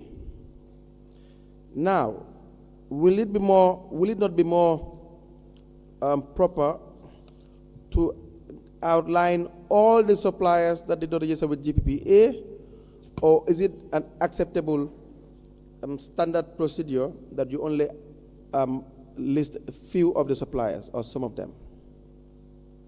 Now, the suppliers that are not registered with GPPA and are awarded a contract will be listed based on those transactions that we look at. We look at what is being procured, we look at the procurement method, we look at the supplier, and then establish whether the suppliers have registered with the authority for that particular transaction or not. Okay. We will not provide a list of all the suppliers that are not registered with the authority, but it's going to be specific to that procuring organization and specific for certain procurements. Yes, it should. That's my point. My point is, you, as in the report, is telling us that there were more than the number of suppliers that are mentioned in the table. So you are saying that it was observed that most of the contracts are awarded to non-registered suppliers with GPPA. Table below illustrates some of the suppliers that are not registered with GPPA. Do you see where I'm trying to clear? I think the word there is some. Yes. And some out of the most. Yes. Yeah, you are right that all those suppliers who have not registered with the authority and are awarded contracts should be mentioned. Exactly. That is how it's supposed to be. And here I cannot establish whether the list is exhaustive. It is not. Going by the language, I will want to conclude that it is not, because the language says that they only list some out of most, which you have already agreed with me. So the commissioners will interpret it in their own. Yeah. Yes. The 1,648 transactions that were reviewed by the authority, I believe what Council is trying to put across is that you ought to have listed, because all those transactions were transactions done by the Karan Area Council, and those transactions were paid for, and it should have listed all those contractors that are either registered or not registered, because you highlighted that you reviewed 1,648. So it should have reflected in your report. Is that not what you? Yes. So that is what I wanted you to clarify. Is that not what should have been? So that you know, it would not be like random selection of just very few. You highlight them in the report, because you reviewed 1,648. And the 1,648 are people that transacted with the councils. So are they registered or not registered? You know, you should have provided that information in the report to know that, okay, all these transactions were done by people that did not register. And then you could select samples from amongst them. Absolutely. Yes. Honorable Commissioner, I agree. Yeah. Now, and my next question is that, Mr. Jete, does the failure to register with GPPA vitiate any contract that is entered into by a supplier of goods or services with public institutions? Yes, the 2022 Act clearly states that suppliers must register with the authority. I cannot remember. Is it in the previous act? I think it is. Can you confirm that, Director? Okay. Let me first. He is. No, my question is very specific. Does it vitiate the transaction? Yes, because according to the It law, nullifies it's the mandatory. transaction. Yes. It makes it illegal. Yes. That is what the Commission wants to know. That you enter into a transaction with government, you did not register with GPPA. That transaction is illegal. Correct. Thank you. Yes, Now, Council. yes. Now let's go through the list of the suppliers that, some of the suppliers that did not register with GPPA for the year under review. You have Mahmoud Jonga, construction of Bara Fish Market. The amount is $98,000. The procurement method is RFQ. And he didn't register or renew GPPA 2019 business registration. You have Abdullahi Fuller, spare part, $4,675, no registration. Mansoor Seka, spare part, $4,000, not registered. Yaya Jame, Domat, $6,000, not registered. Babukar Mane, spare part, $10,500, single source, not registered. Abdullahi Ture, spare part, $3,460, no registration. Kakuta Kanute, spare part, $16,000, RFQ, no registration. Muru Drame, $6,050. Sayongom, maintenance of vehicle. For Muru, it is coatings. For Sayongom, maintenance of vehicle, $8,000. For Abdullahi Jallo, corrugate sheet, $6,500. None of which registered with GPPA. None of whom registered with GPPA. Now, the implications are that there could be biasness in supplier identification of suppliers. What do you mean by supplier identification of suppliers? There could be biasness in the award of contracts to suppliers. Is that what you meant? Yes, yes. Yes. The object of the act is compromised. Non-registration with the authority is interpreted as a probable failure to pay tax clearance, which is a prerequisite for GPA registration. It is a potential loss of revenue to government, in particular the authority, and disobedience to statutory order. So you have recommended that the CEO should ensure that suppliers have registered before giving a contract. Yes. Now they responded. What is their response? Can Mr. Sanyang explain what he means what the report means when it says the CEO should ensure that suppliers have registered before giving a contract? Because if you are recommending that the CEO of a council, if he wants to give out contract, should ensure that he should register, what is the process that the CEO must adopt to ensure that? Because I find issues with that. Actually, registration with the authority before you do or before a contract is awarded is mandatory.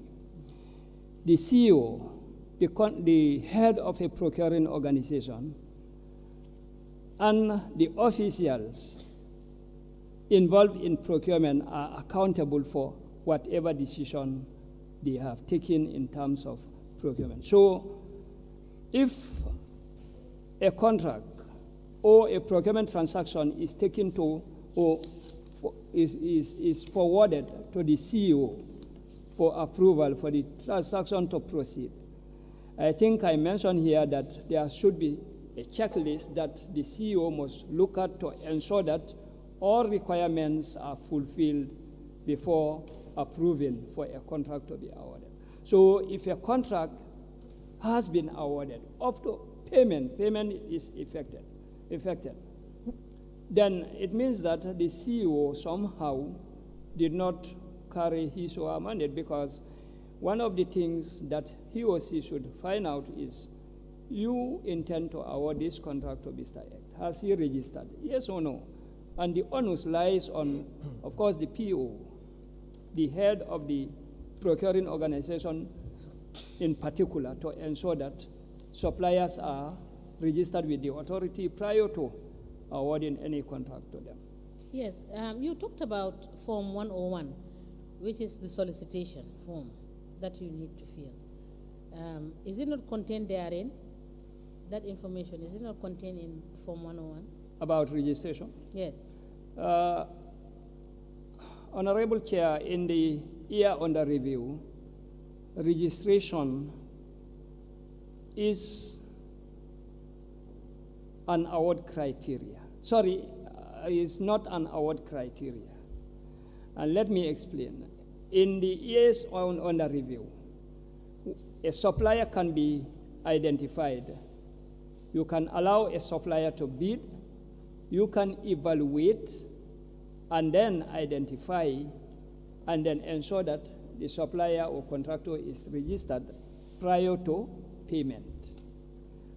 Now, that is not the case with this 2022. In 2022, you must register before you even compete.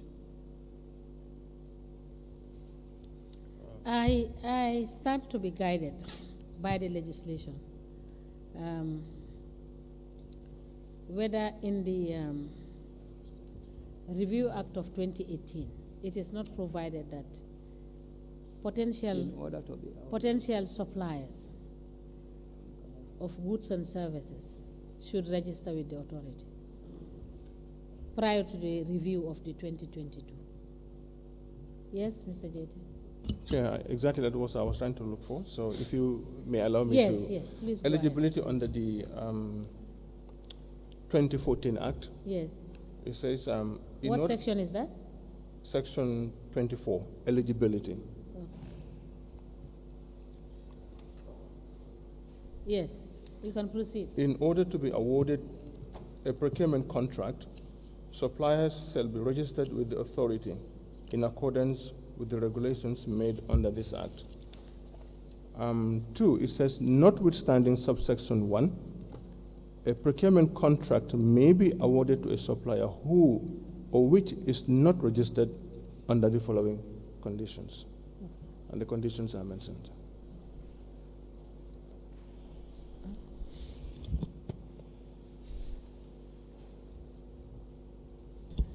Yes. In other words,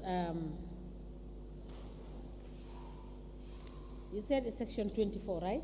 Yes. Let me just get there.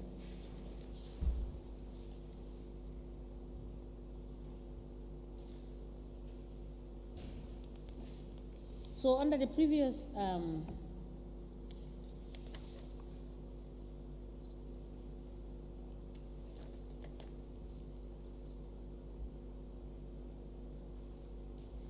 yes, the provision of the law is that it created the mandatory condition Yes. for people that want to do business with public institutions that they should register, except for the following underlisted conditions. Exactly. In subsection 2, Yes. which provides for A to C.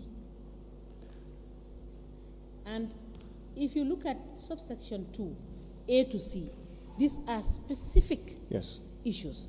So it's not waiving, the provision of the law is not waiving the fact that people that are providing goods and services, Should that not they register. have a liberty not to register. it's only in these circumstances that the exception applies. I agree. And these are technical exceptions based on the peculiarity of procurement. Correct. Is that not correct? Correct. Yes. So which means, even though it is provided for in the 2020 reviewed act, which is yet to come into existence, or it has already been passed? It has been passed. Yes, it has been passed. And it's basically the same provisions, actually. Yes. It is mandatory under the law for each person, for each individual providing either goods or service, to register with your institution. Absolutely. Yes. And the person can waive that issue of registration except for these conditions. Yes. And for all the issues under review, can you now, Mr. Jeta, say that for all of these activities that we are reviewing under these reports, do they fall under these exceptions? They don't, as far as I know. Thank you.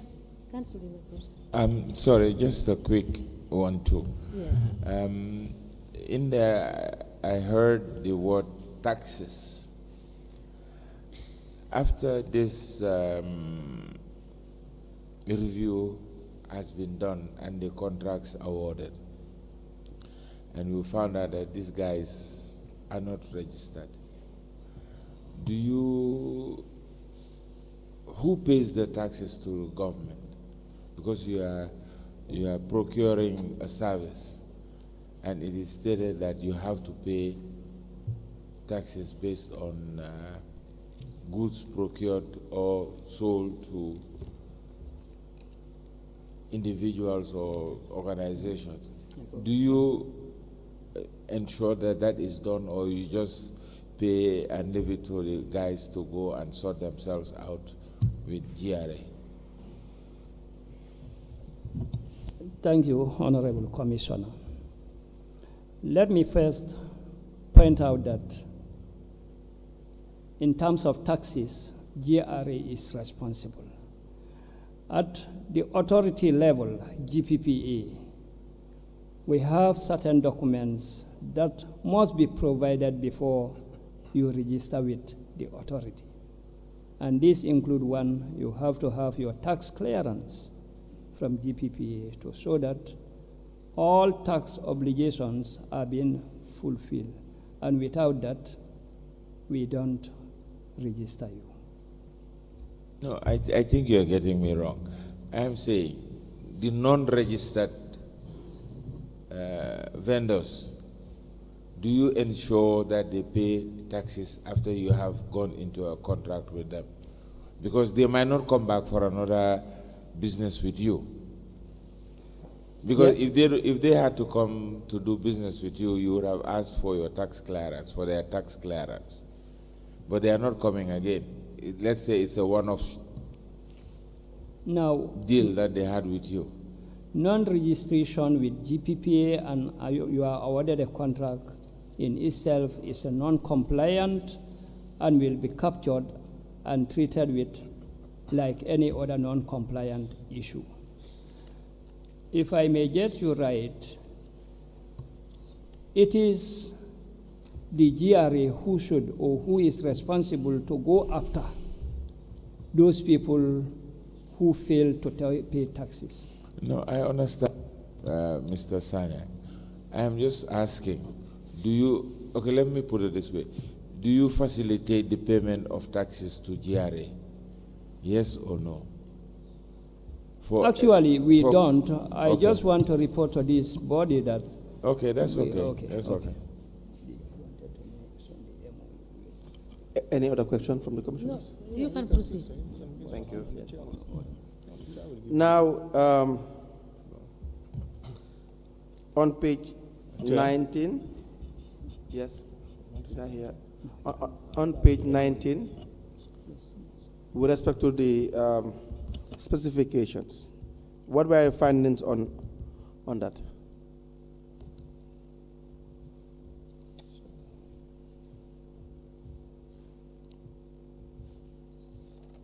On page 19, 3.11.0.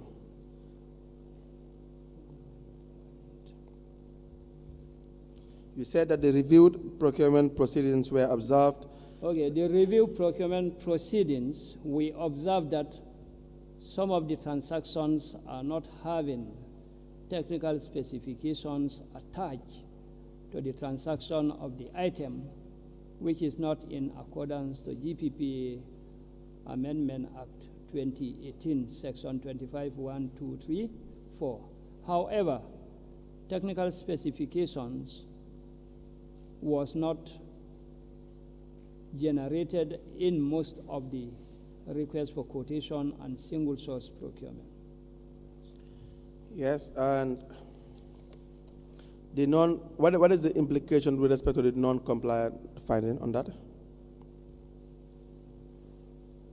Value for money may not be attained, quality could be compromised, award decision is likely to be discretionary instead of responsiveness. By discretionary, you mean bias? Yes, can be bias. No basis for it. So please go down to the report that has to be sent to GPPA, the monthly reports on page 20. Reports to GPPA. Are these monthly reports being sent to GPPA?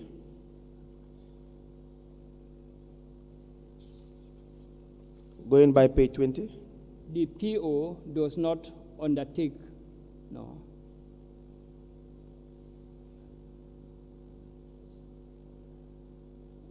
Now the findings. Yes. The procuring organization should provide report on monthly basis annually to the GPPA on the procurement transactions conducted on request for quotation under the plan by the section that from GPPA.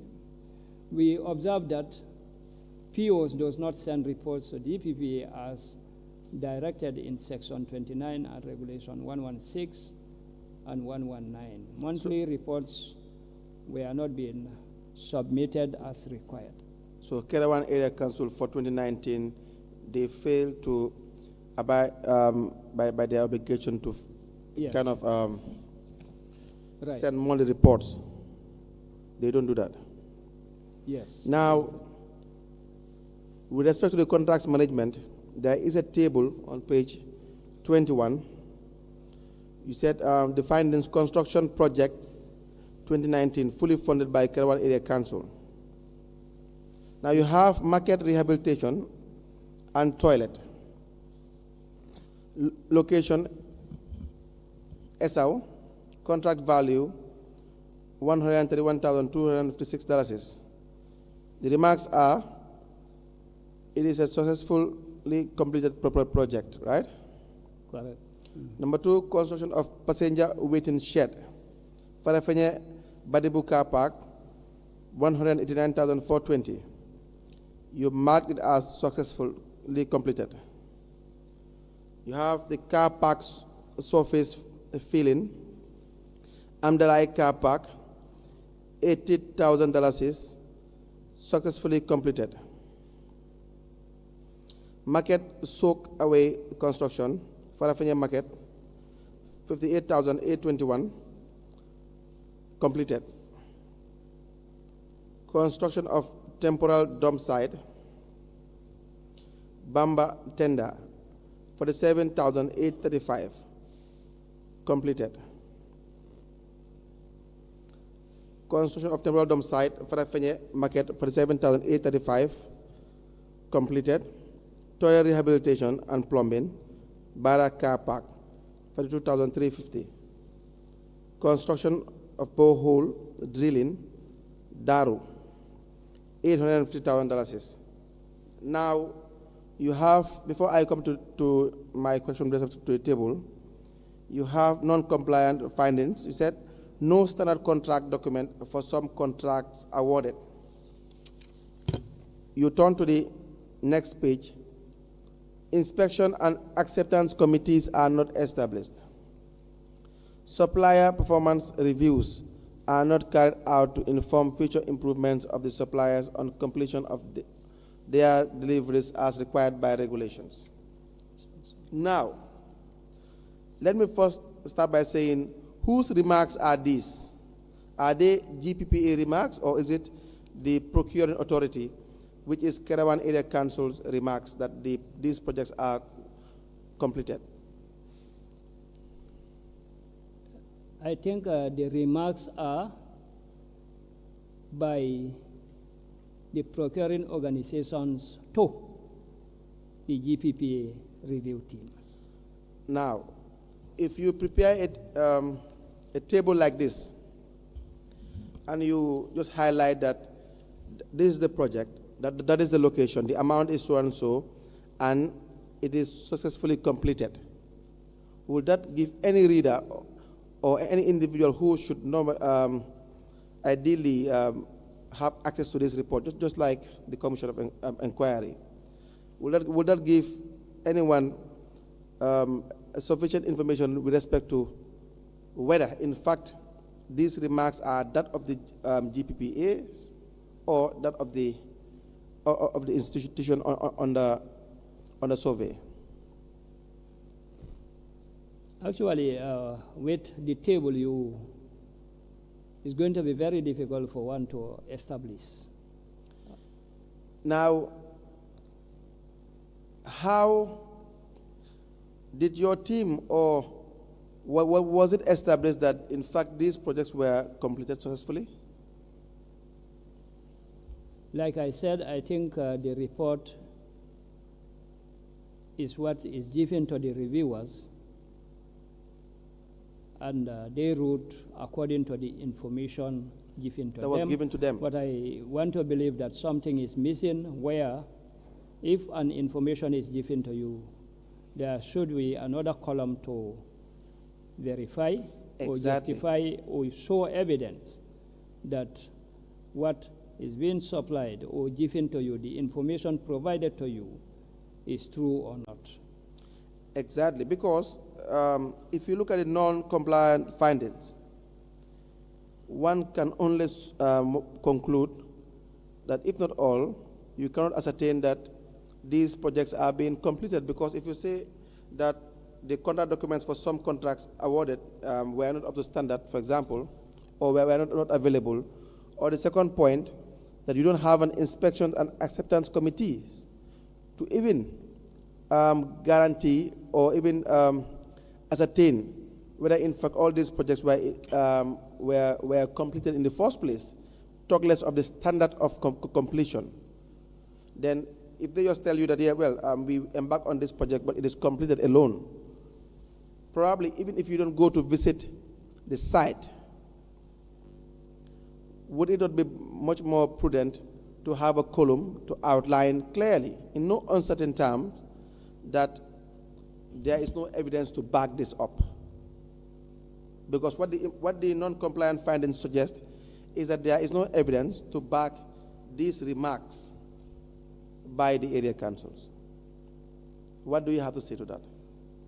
Council, I agree with you. In addition to the column to back that, I agree that since there is no inspection and receipt committee, in fact, we should have gone further to even verify physically whether it is true that they are being successfully completed or not. Agreed with you. Yes. The reason why we are on the same page, and that this may be helpful as well to Mr. Jaite. You look at the implications column on page 22. It's exactly what we are discussing now. The contracts may not be performed in accordance with all of the terms and conditions of the contract. And I always say, if you want to imagine the extreme, there may not even be any degree of performance of the contract. Correct. And the second point is relevant information regarding the contract could be missing. The third is weak contract administration is an invitation to corrupt practices. So you see why I use these words, Mr. Jaite? Because they are supposed to be used when public funds are being used for the alleged or purported procurement of certain goods or items or services. and you don't find evidence of value for money, or whether in fact what is said to be procured is indeed being procured, you can only imagine one thing.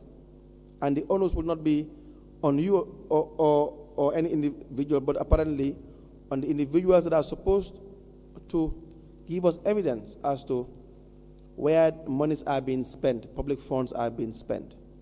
It's not for me to tell them that, well, maybe you have spent it wisely, just you forgot to sign a particular document. Or for GPPA to say, well, Karan Area Council, perhaps you mistakenly omitted a particular form. The forms are there, the rules are there, regulations are there, the laws are there.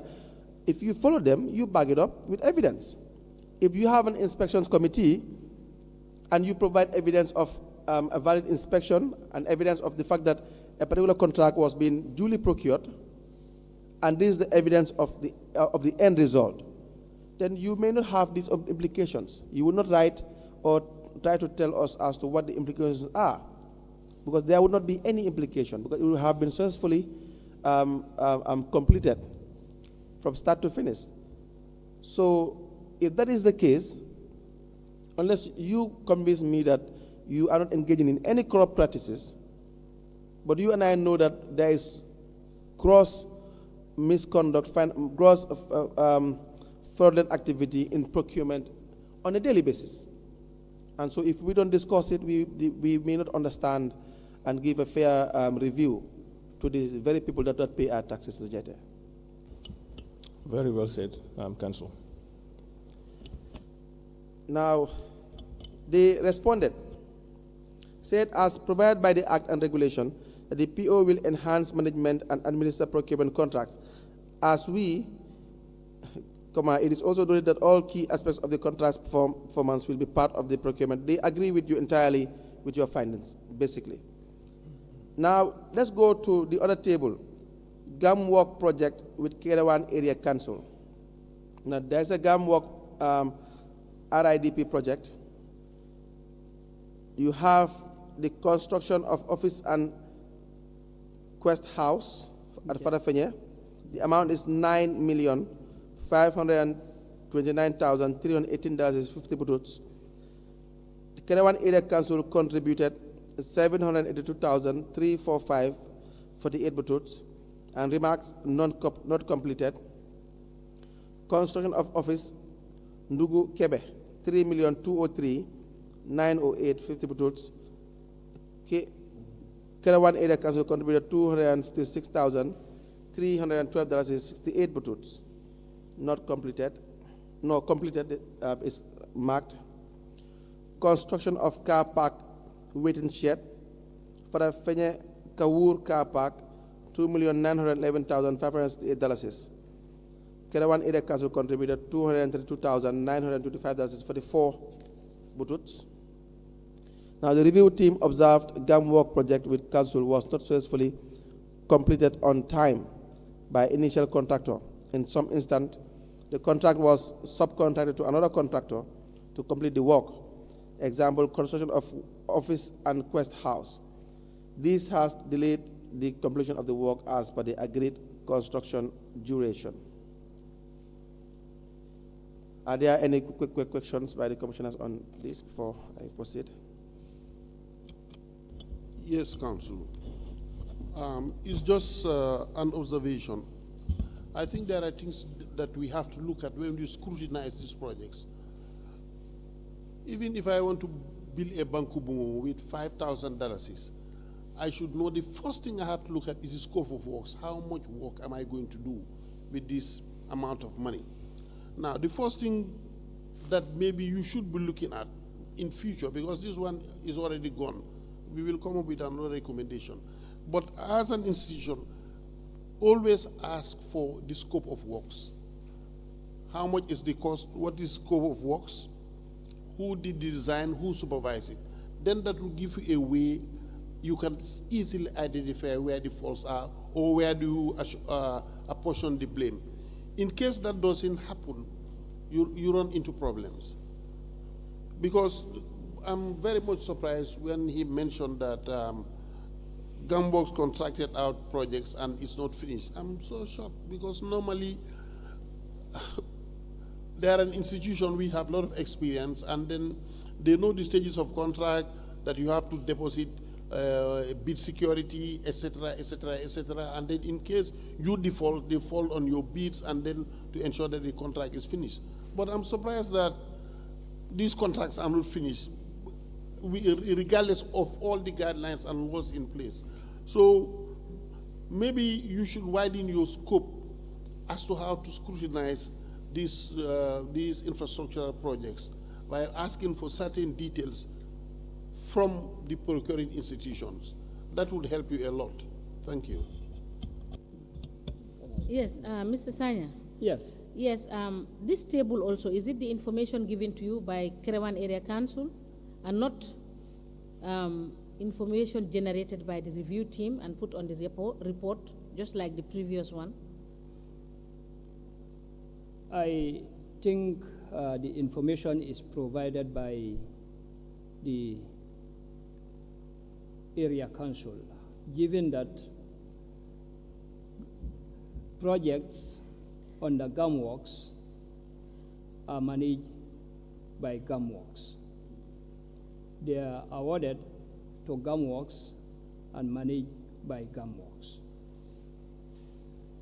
Now,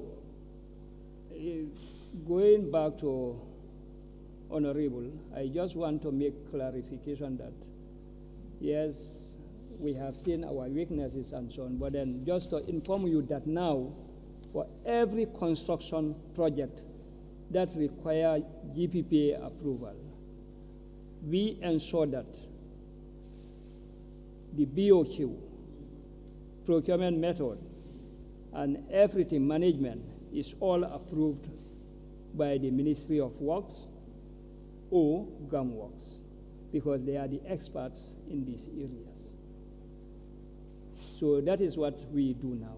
Any project coming to GPPA, the BOQ and other related documents must be approved and ascertained by by the Ministry of Works. And we have seen instances, a lot of instances, even before that, when requests are made, we advise strongly, if in their write-up they have not mentioned any consultant sort of to supervise, we ensure, and we take that to be part of our approval requirements. Maybe I left something out, Madam Chair, but I just want to feel that it is important for this gathering to know. Yes. What I want to just, still on page 23,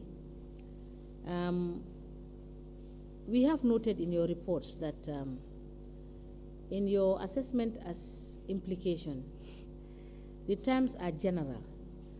Like for instance here, you have noted that they have given you evidence that some are completed, one is completed and two are not completed. And you have noted the implications here. You stated that there are 3 implications in these projects that are being executed. You said one is unplanned expenditure, the other is unnecessary variation. The third is potential loss of public funds. But these are all general. We cannot determine anything from what you are saying. If it is an unplanned expenditure, what was the expenditure that was made that is unplanned? Because you reviewed the documents that were given to you. If there is unnecessary variation of the terms of the contract, what were the variations that you found to have been implemented? So that should have come out in the report for us to know this is the situation. So if there is a potential loss of public fund, you must have made recommendation that because of the unplanned expenditure, because of the variation of the terms, we are saying that there is a potential loss of public funds to the tune of this. Because it is mathematics, it's arithmetic. It's not rocket science, because the figures will give you a totality of what is happening with the project. Because they have clearly indicated to you what is their contribution as a municipality. So you should have provided clearly in your report, this is what is the expectation. If these projects are not properly executed, this is what is the anticipated results. Correct. Than to generally just say implication, there will be loss of revenue. Loss of revenue, what are you going to say about loss of revenue? when you do not provide me the criteria to appreciate how much. Is it low risk, high risk, or medium? You know, it makes it difficult for somebody to look at the report and make proper recommendations.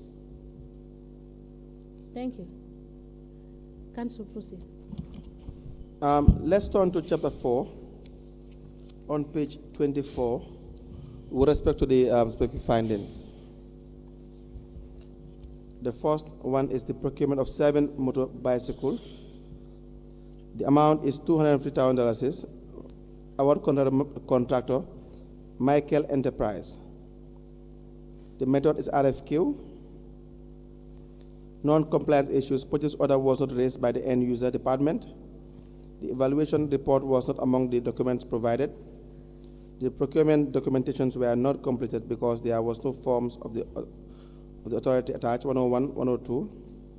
There was no delivery receipt to show, this one said to show that the procurement was completed, hence it was not attached in the transaction. There was no inspection committee to inspect the goods. Now, for this particular procurement, it appears, or it is the case that there was total disregard with respect to the rules and the regulations. Correct. Now, if you turn to page 25, the procurement of construction of new dump site, $111,505 to one Mahmoud and Son through request for quotation. Again, non-compliance, purchase order was not raised, evaluation report was not among the documents provided. The procurement documentation forms 101, 102 not attached. There was no delivery receipt. That shows that the procurement was completed. The third one is the procurement of goods from Sane and Son Enterprise, $850,000. So before you proceed on that one, I just want to confirm it, Mr. Sanyan. So in other words, this construction of a new dump site, the review team is saying that they have not seen any evidence to show that this was actually constructed. Correct. Is that what the report is saying? Yes. Thank you. Not constructed, not approved by the contracts committee, no procedure was followed, Madam Chair. Yes. Now, the third one, Sane and Sons Enterprise, goods were procured from them at an amount of $850,000. The awarded contractor is Borehole Drilling Darussalam. Is that supposed to be the procurement? Because you have procurement, Sane and Sons Enterprise. Yes, yes. That will suggest that you procured Sane and Sons Enterprise. And the awarded contractor is Borehole Drilling Darussalam. Is that supposed to be? Sane. Supposed to be the Sane and Sons Enterprise. So, yeah, I hope you're taking note. Council, I am. The amount involved is above the threshold for request for quotation. No prior approval obtained from the authority. Purchase order was not raised, and there was no inspections committee to inspect the work as required. Again, a total disregard of the rules and regulations and the requirements. Is that correct? Correct. Now you have number 4, procurement of hiring of loader. Amount $45,000. Awarded contractor Sekou Toure. Method single source.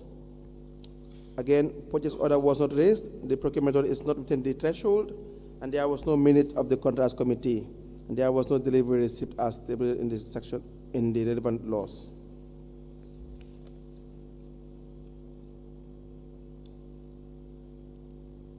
Now they responded. They said that it is noted that the PO was not raised. That is the purchase order. However, it was tabled at the committee meeting to the At general. the General Council. Please proceed. At the General Council. Yes, it was tabled at the at the committee meeting to the General Council meeting, of which conditions were laid by the chairman of the committee, as Barra is a concern for waste management, and it was an opportunity for council to capitalize to have the grader, which we are shown in the minutes. Well, I don't understand what they are saying, but from the first part, it appears as if they agreed with your position, even though they were trying to provide justification.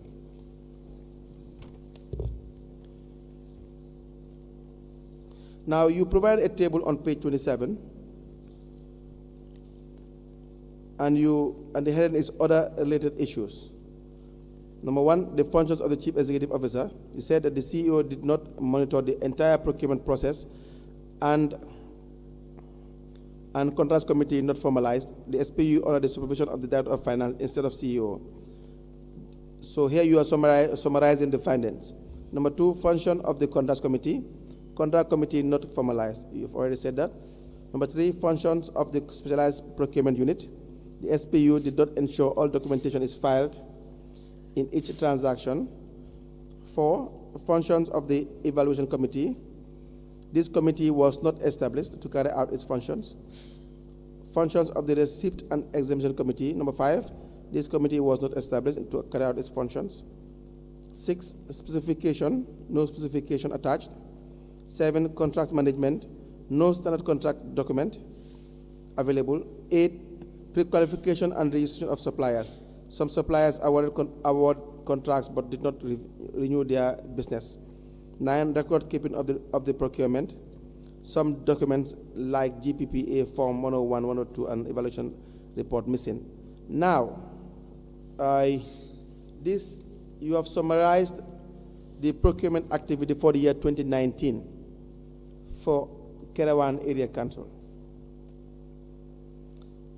In going by this summary alone, what would you say is the performance of Karan Area Council? You being an expert. Non-compliant. Generally, Yes. non-compliant. Yes. That would be a fair assessment. Yes. And I will really, this time around, perhaps draw your mind to the last page, which gives them 60%. And the conclusion is, using the above compliance-related variables for the period under review, Karan Area Council to be 60%, which denotes mainly compliant. You see, this is the team stating that they are mainly compliant. But you, being an expert, you are saying they are not compliant. Mr. Jete, will it be fair to say, going by the table and going by all we have discussed here, do you agree with your director that they are non-compliant? I agree that they are non-compliant. So maybe if you kind of implement your new review structure, you will realize that this 60%, like we agreed today, is really not a fair representation of what it ought to be, because they are saying here mainly compliant, and we realize that in fact they are non-compliant in totality. Is that not the case? Yes, it's very interesting to know how the 60% is arrived at, and we are taking note. Yes. Obviously, this is it's not in consonance with what we have seen. Can you please speak to the mic? It's not in consonance with what we have What seen. we have discussed. Well, yes, absolutely. Okay, Council, let me just also highlight the issue that this is the trend we have noted in all the reports. You seem to have given some unfair assessment to some councils. And going by the reviews that we have done, we have found out from you as the technician that most of these councils have not complied with any of the rules. And just like we have seen in Karan Area Council, is the same that is reflected in Mansakonko Area Council, which you have also given more than 60%. So would it be fair to say that the assessments that were made and the percentages given are wrong percentages? Yes, like I just said, there are wrong percentages. It's interesting to know how this is arrived at. I would conclude that I think there's a lot of the supervisory role of GPPA, including myself, to the directors, to the entire management. I think that's wrong with the supervision of these reports and the teams that go to the field to do their work. And so we take responsibility for this, but this is not actually in line with what we have seen. I agree with you. Yes, because we are in receipt of your files, and you've honestly done what you are supposed to do, because we have reviewed all of the files that you have sent to this commission. And what we see and what we see on these reports are two different things. The issues were clearly highlighted in some of the files, and it's wrong assumption or wrong information that is given to us, or unfair assessment or bias assessment in favor of some municipalities, which is wrong. I would not say that it is in favor of the municipalities, but certainly GPPA has not presented the true and fair picture of what was happening at the councils. Is this a problem with GPPA? Yes, there's a problem. Yes. Is it wrong? It's wrong. Is it unfair? Is it biased towards the councils? I cannot say that. But certainly there's something wrong with the GPPA system, and it has to be corrected. Thank you. Thank you very much, Director. I know it must be very uncomfortable. But sorry. And just to be fair to GPPA, on page 27, you did a fantastic assessment. And this is what was anticipated, because at the end of the review, you understand, you indicate and situate, you understand, who did not take responsibility, and it will be clear. Unlike in other reports, it's different in other reports. That is why I raised the concerns that I have raised. Like for Karan Area Council, you have made another table that you situated responsibility. And you did not do so in other councils. So why the variation? I can only conclude that it's biased. I am entitled to my opinion, but just like you said, I will take your submissions. And yes. I just want to also make further clarifications. If you look at this table, in fact, it's not completed. Correct. The fact that it is good, but if you look at it divided into columns, but there is a portion where scores should be indicated. Exactly. And if those scores were scored and properly scored, they will give the total, which of course they should use, or we should use to justify the 62% that was awarded or not, but it's not completed. But again, it's different from the other reports which do not have this column, but it's a good attempt to finally summarize something like that, so that you justify the basis of awarding or scoring, your scoring justification. Thank you. And to council, absolutely you are right. It could be uncomfortable, but I can assure you, I received this with good faith, and I hope this will help me leave a better legacy. Yes. That's how I see it. I am very grateful with your honesty throughout. To be honest, both of you. And Madam Chairperson, Honorable Commissioners, that brings us to the end of the compliance review for the year ended 31st December 2019 for Karan Area Council. May I be advised as to what is... Yes, it's already 1:30. We are breaking for lunch and prayers, and we will be back in 1 hour, 30 minutes time.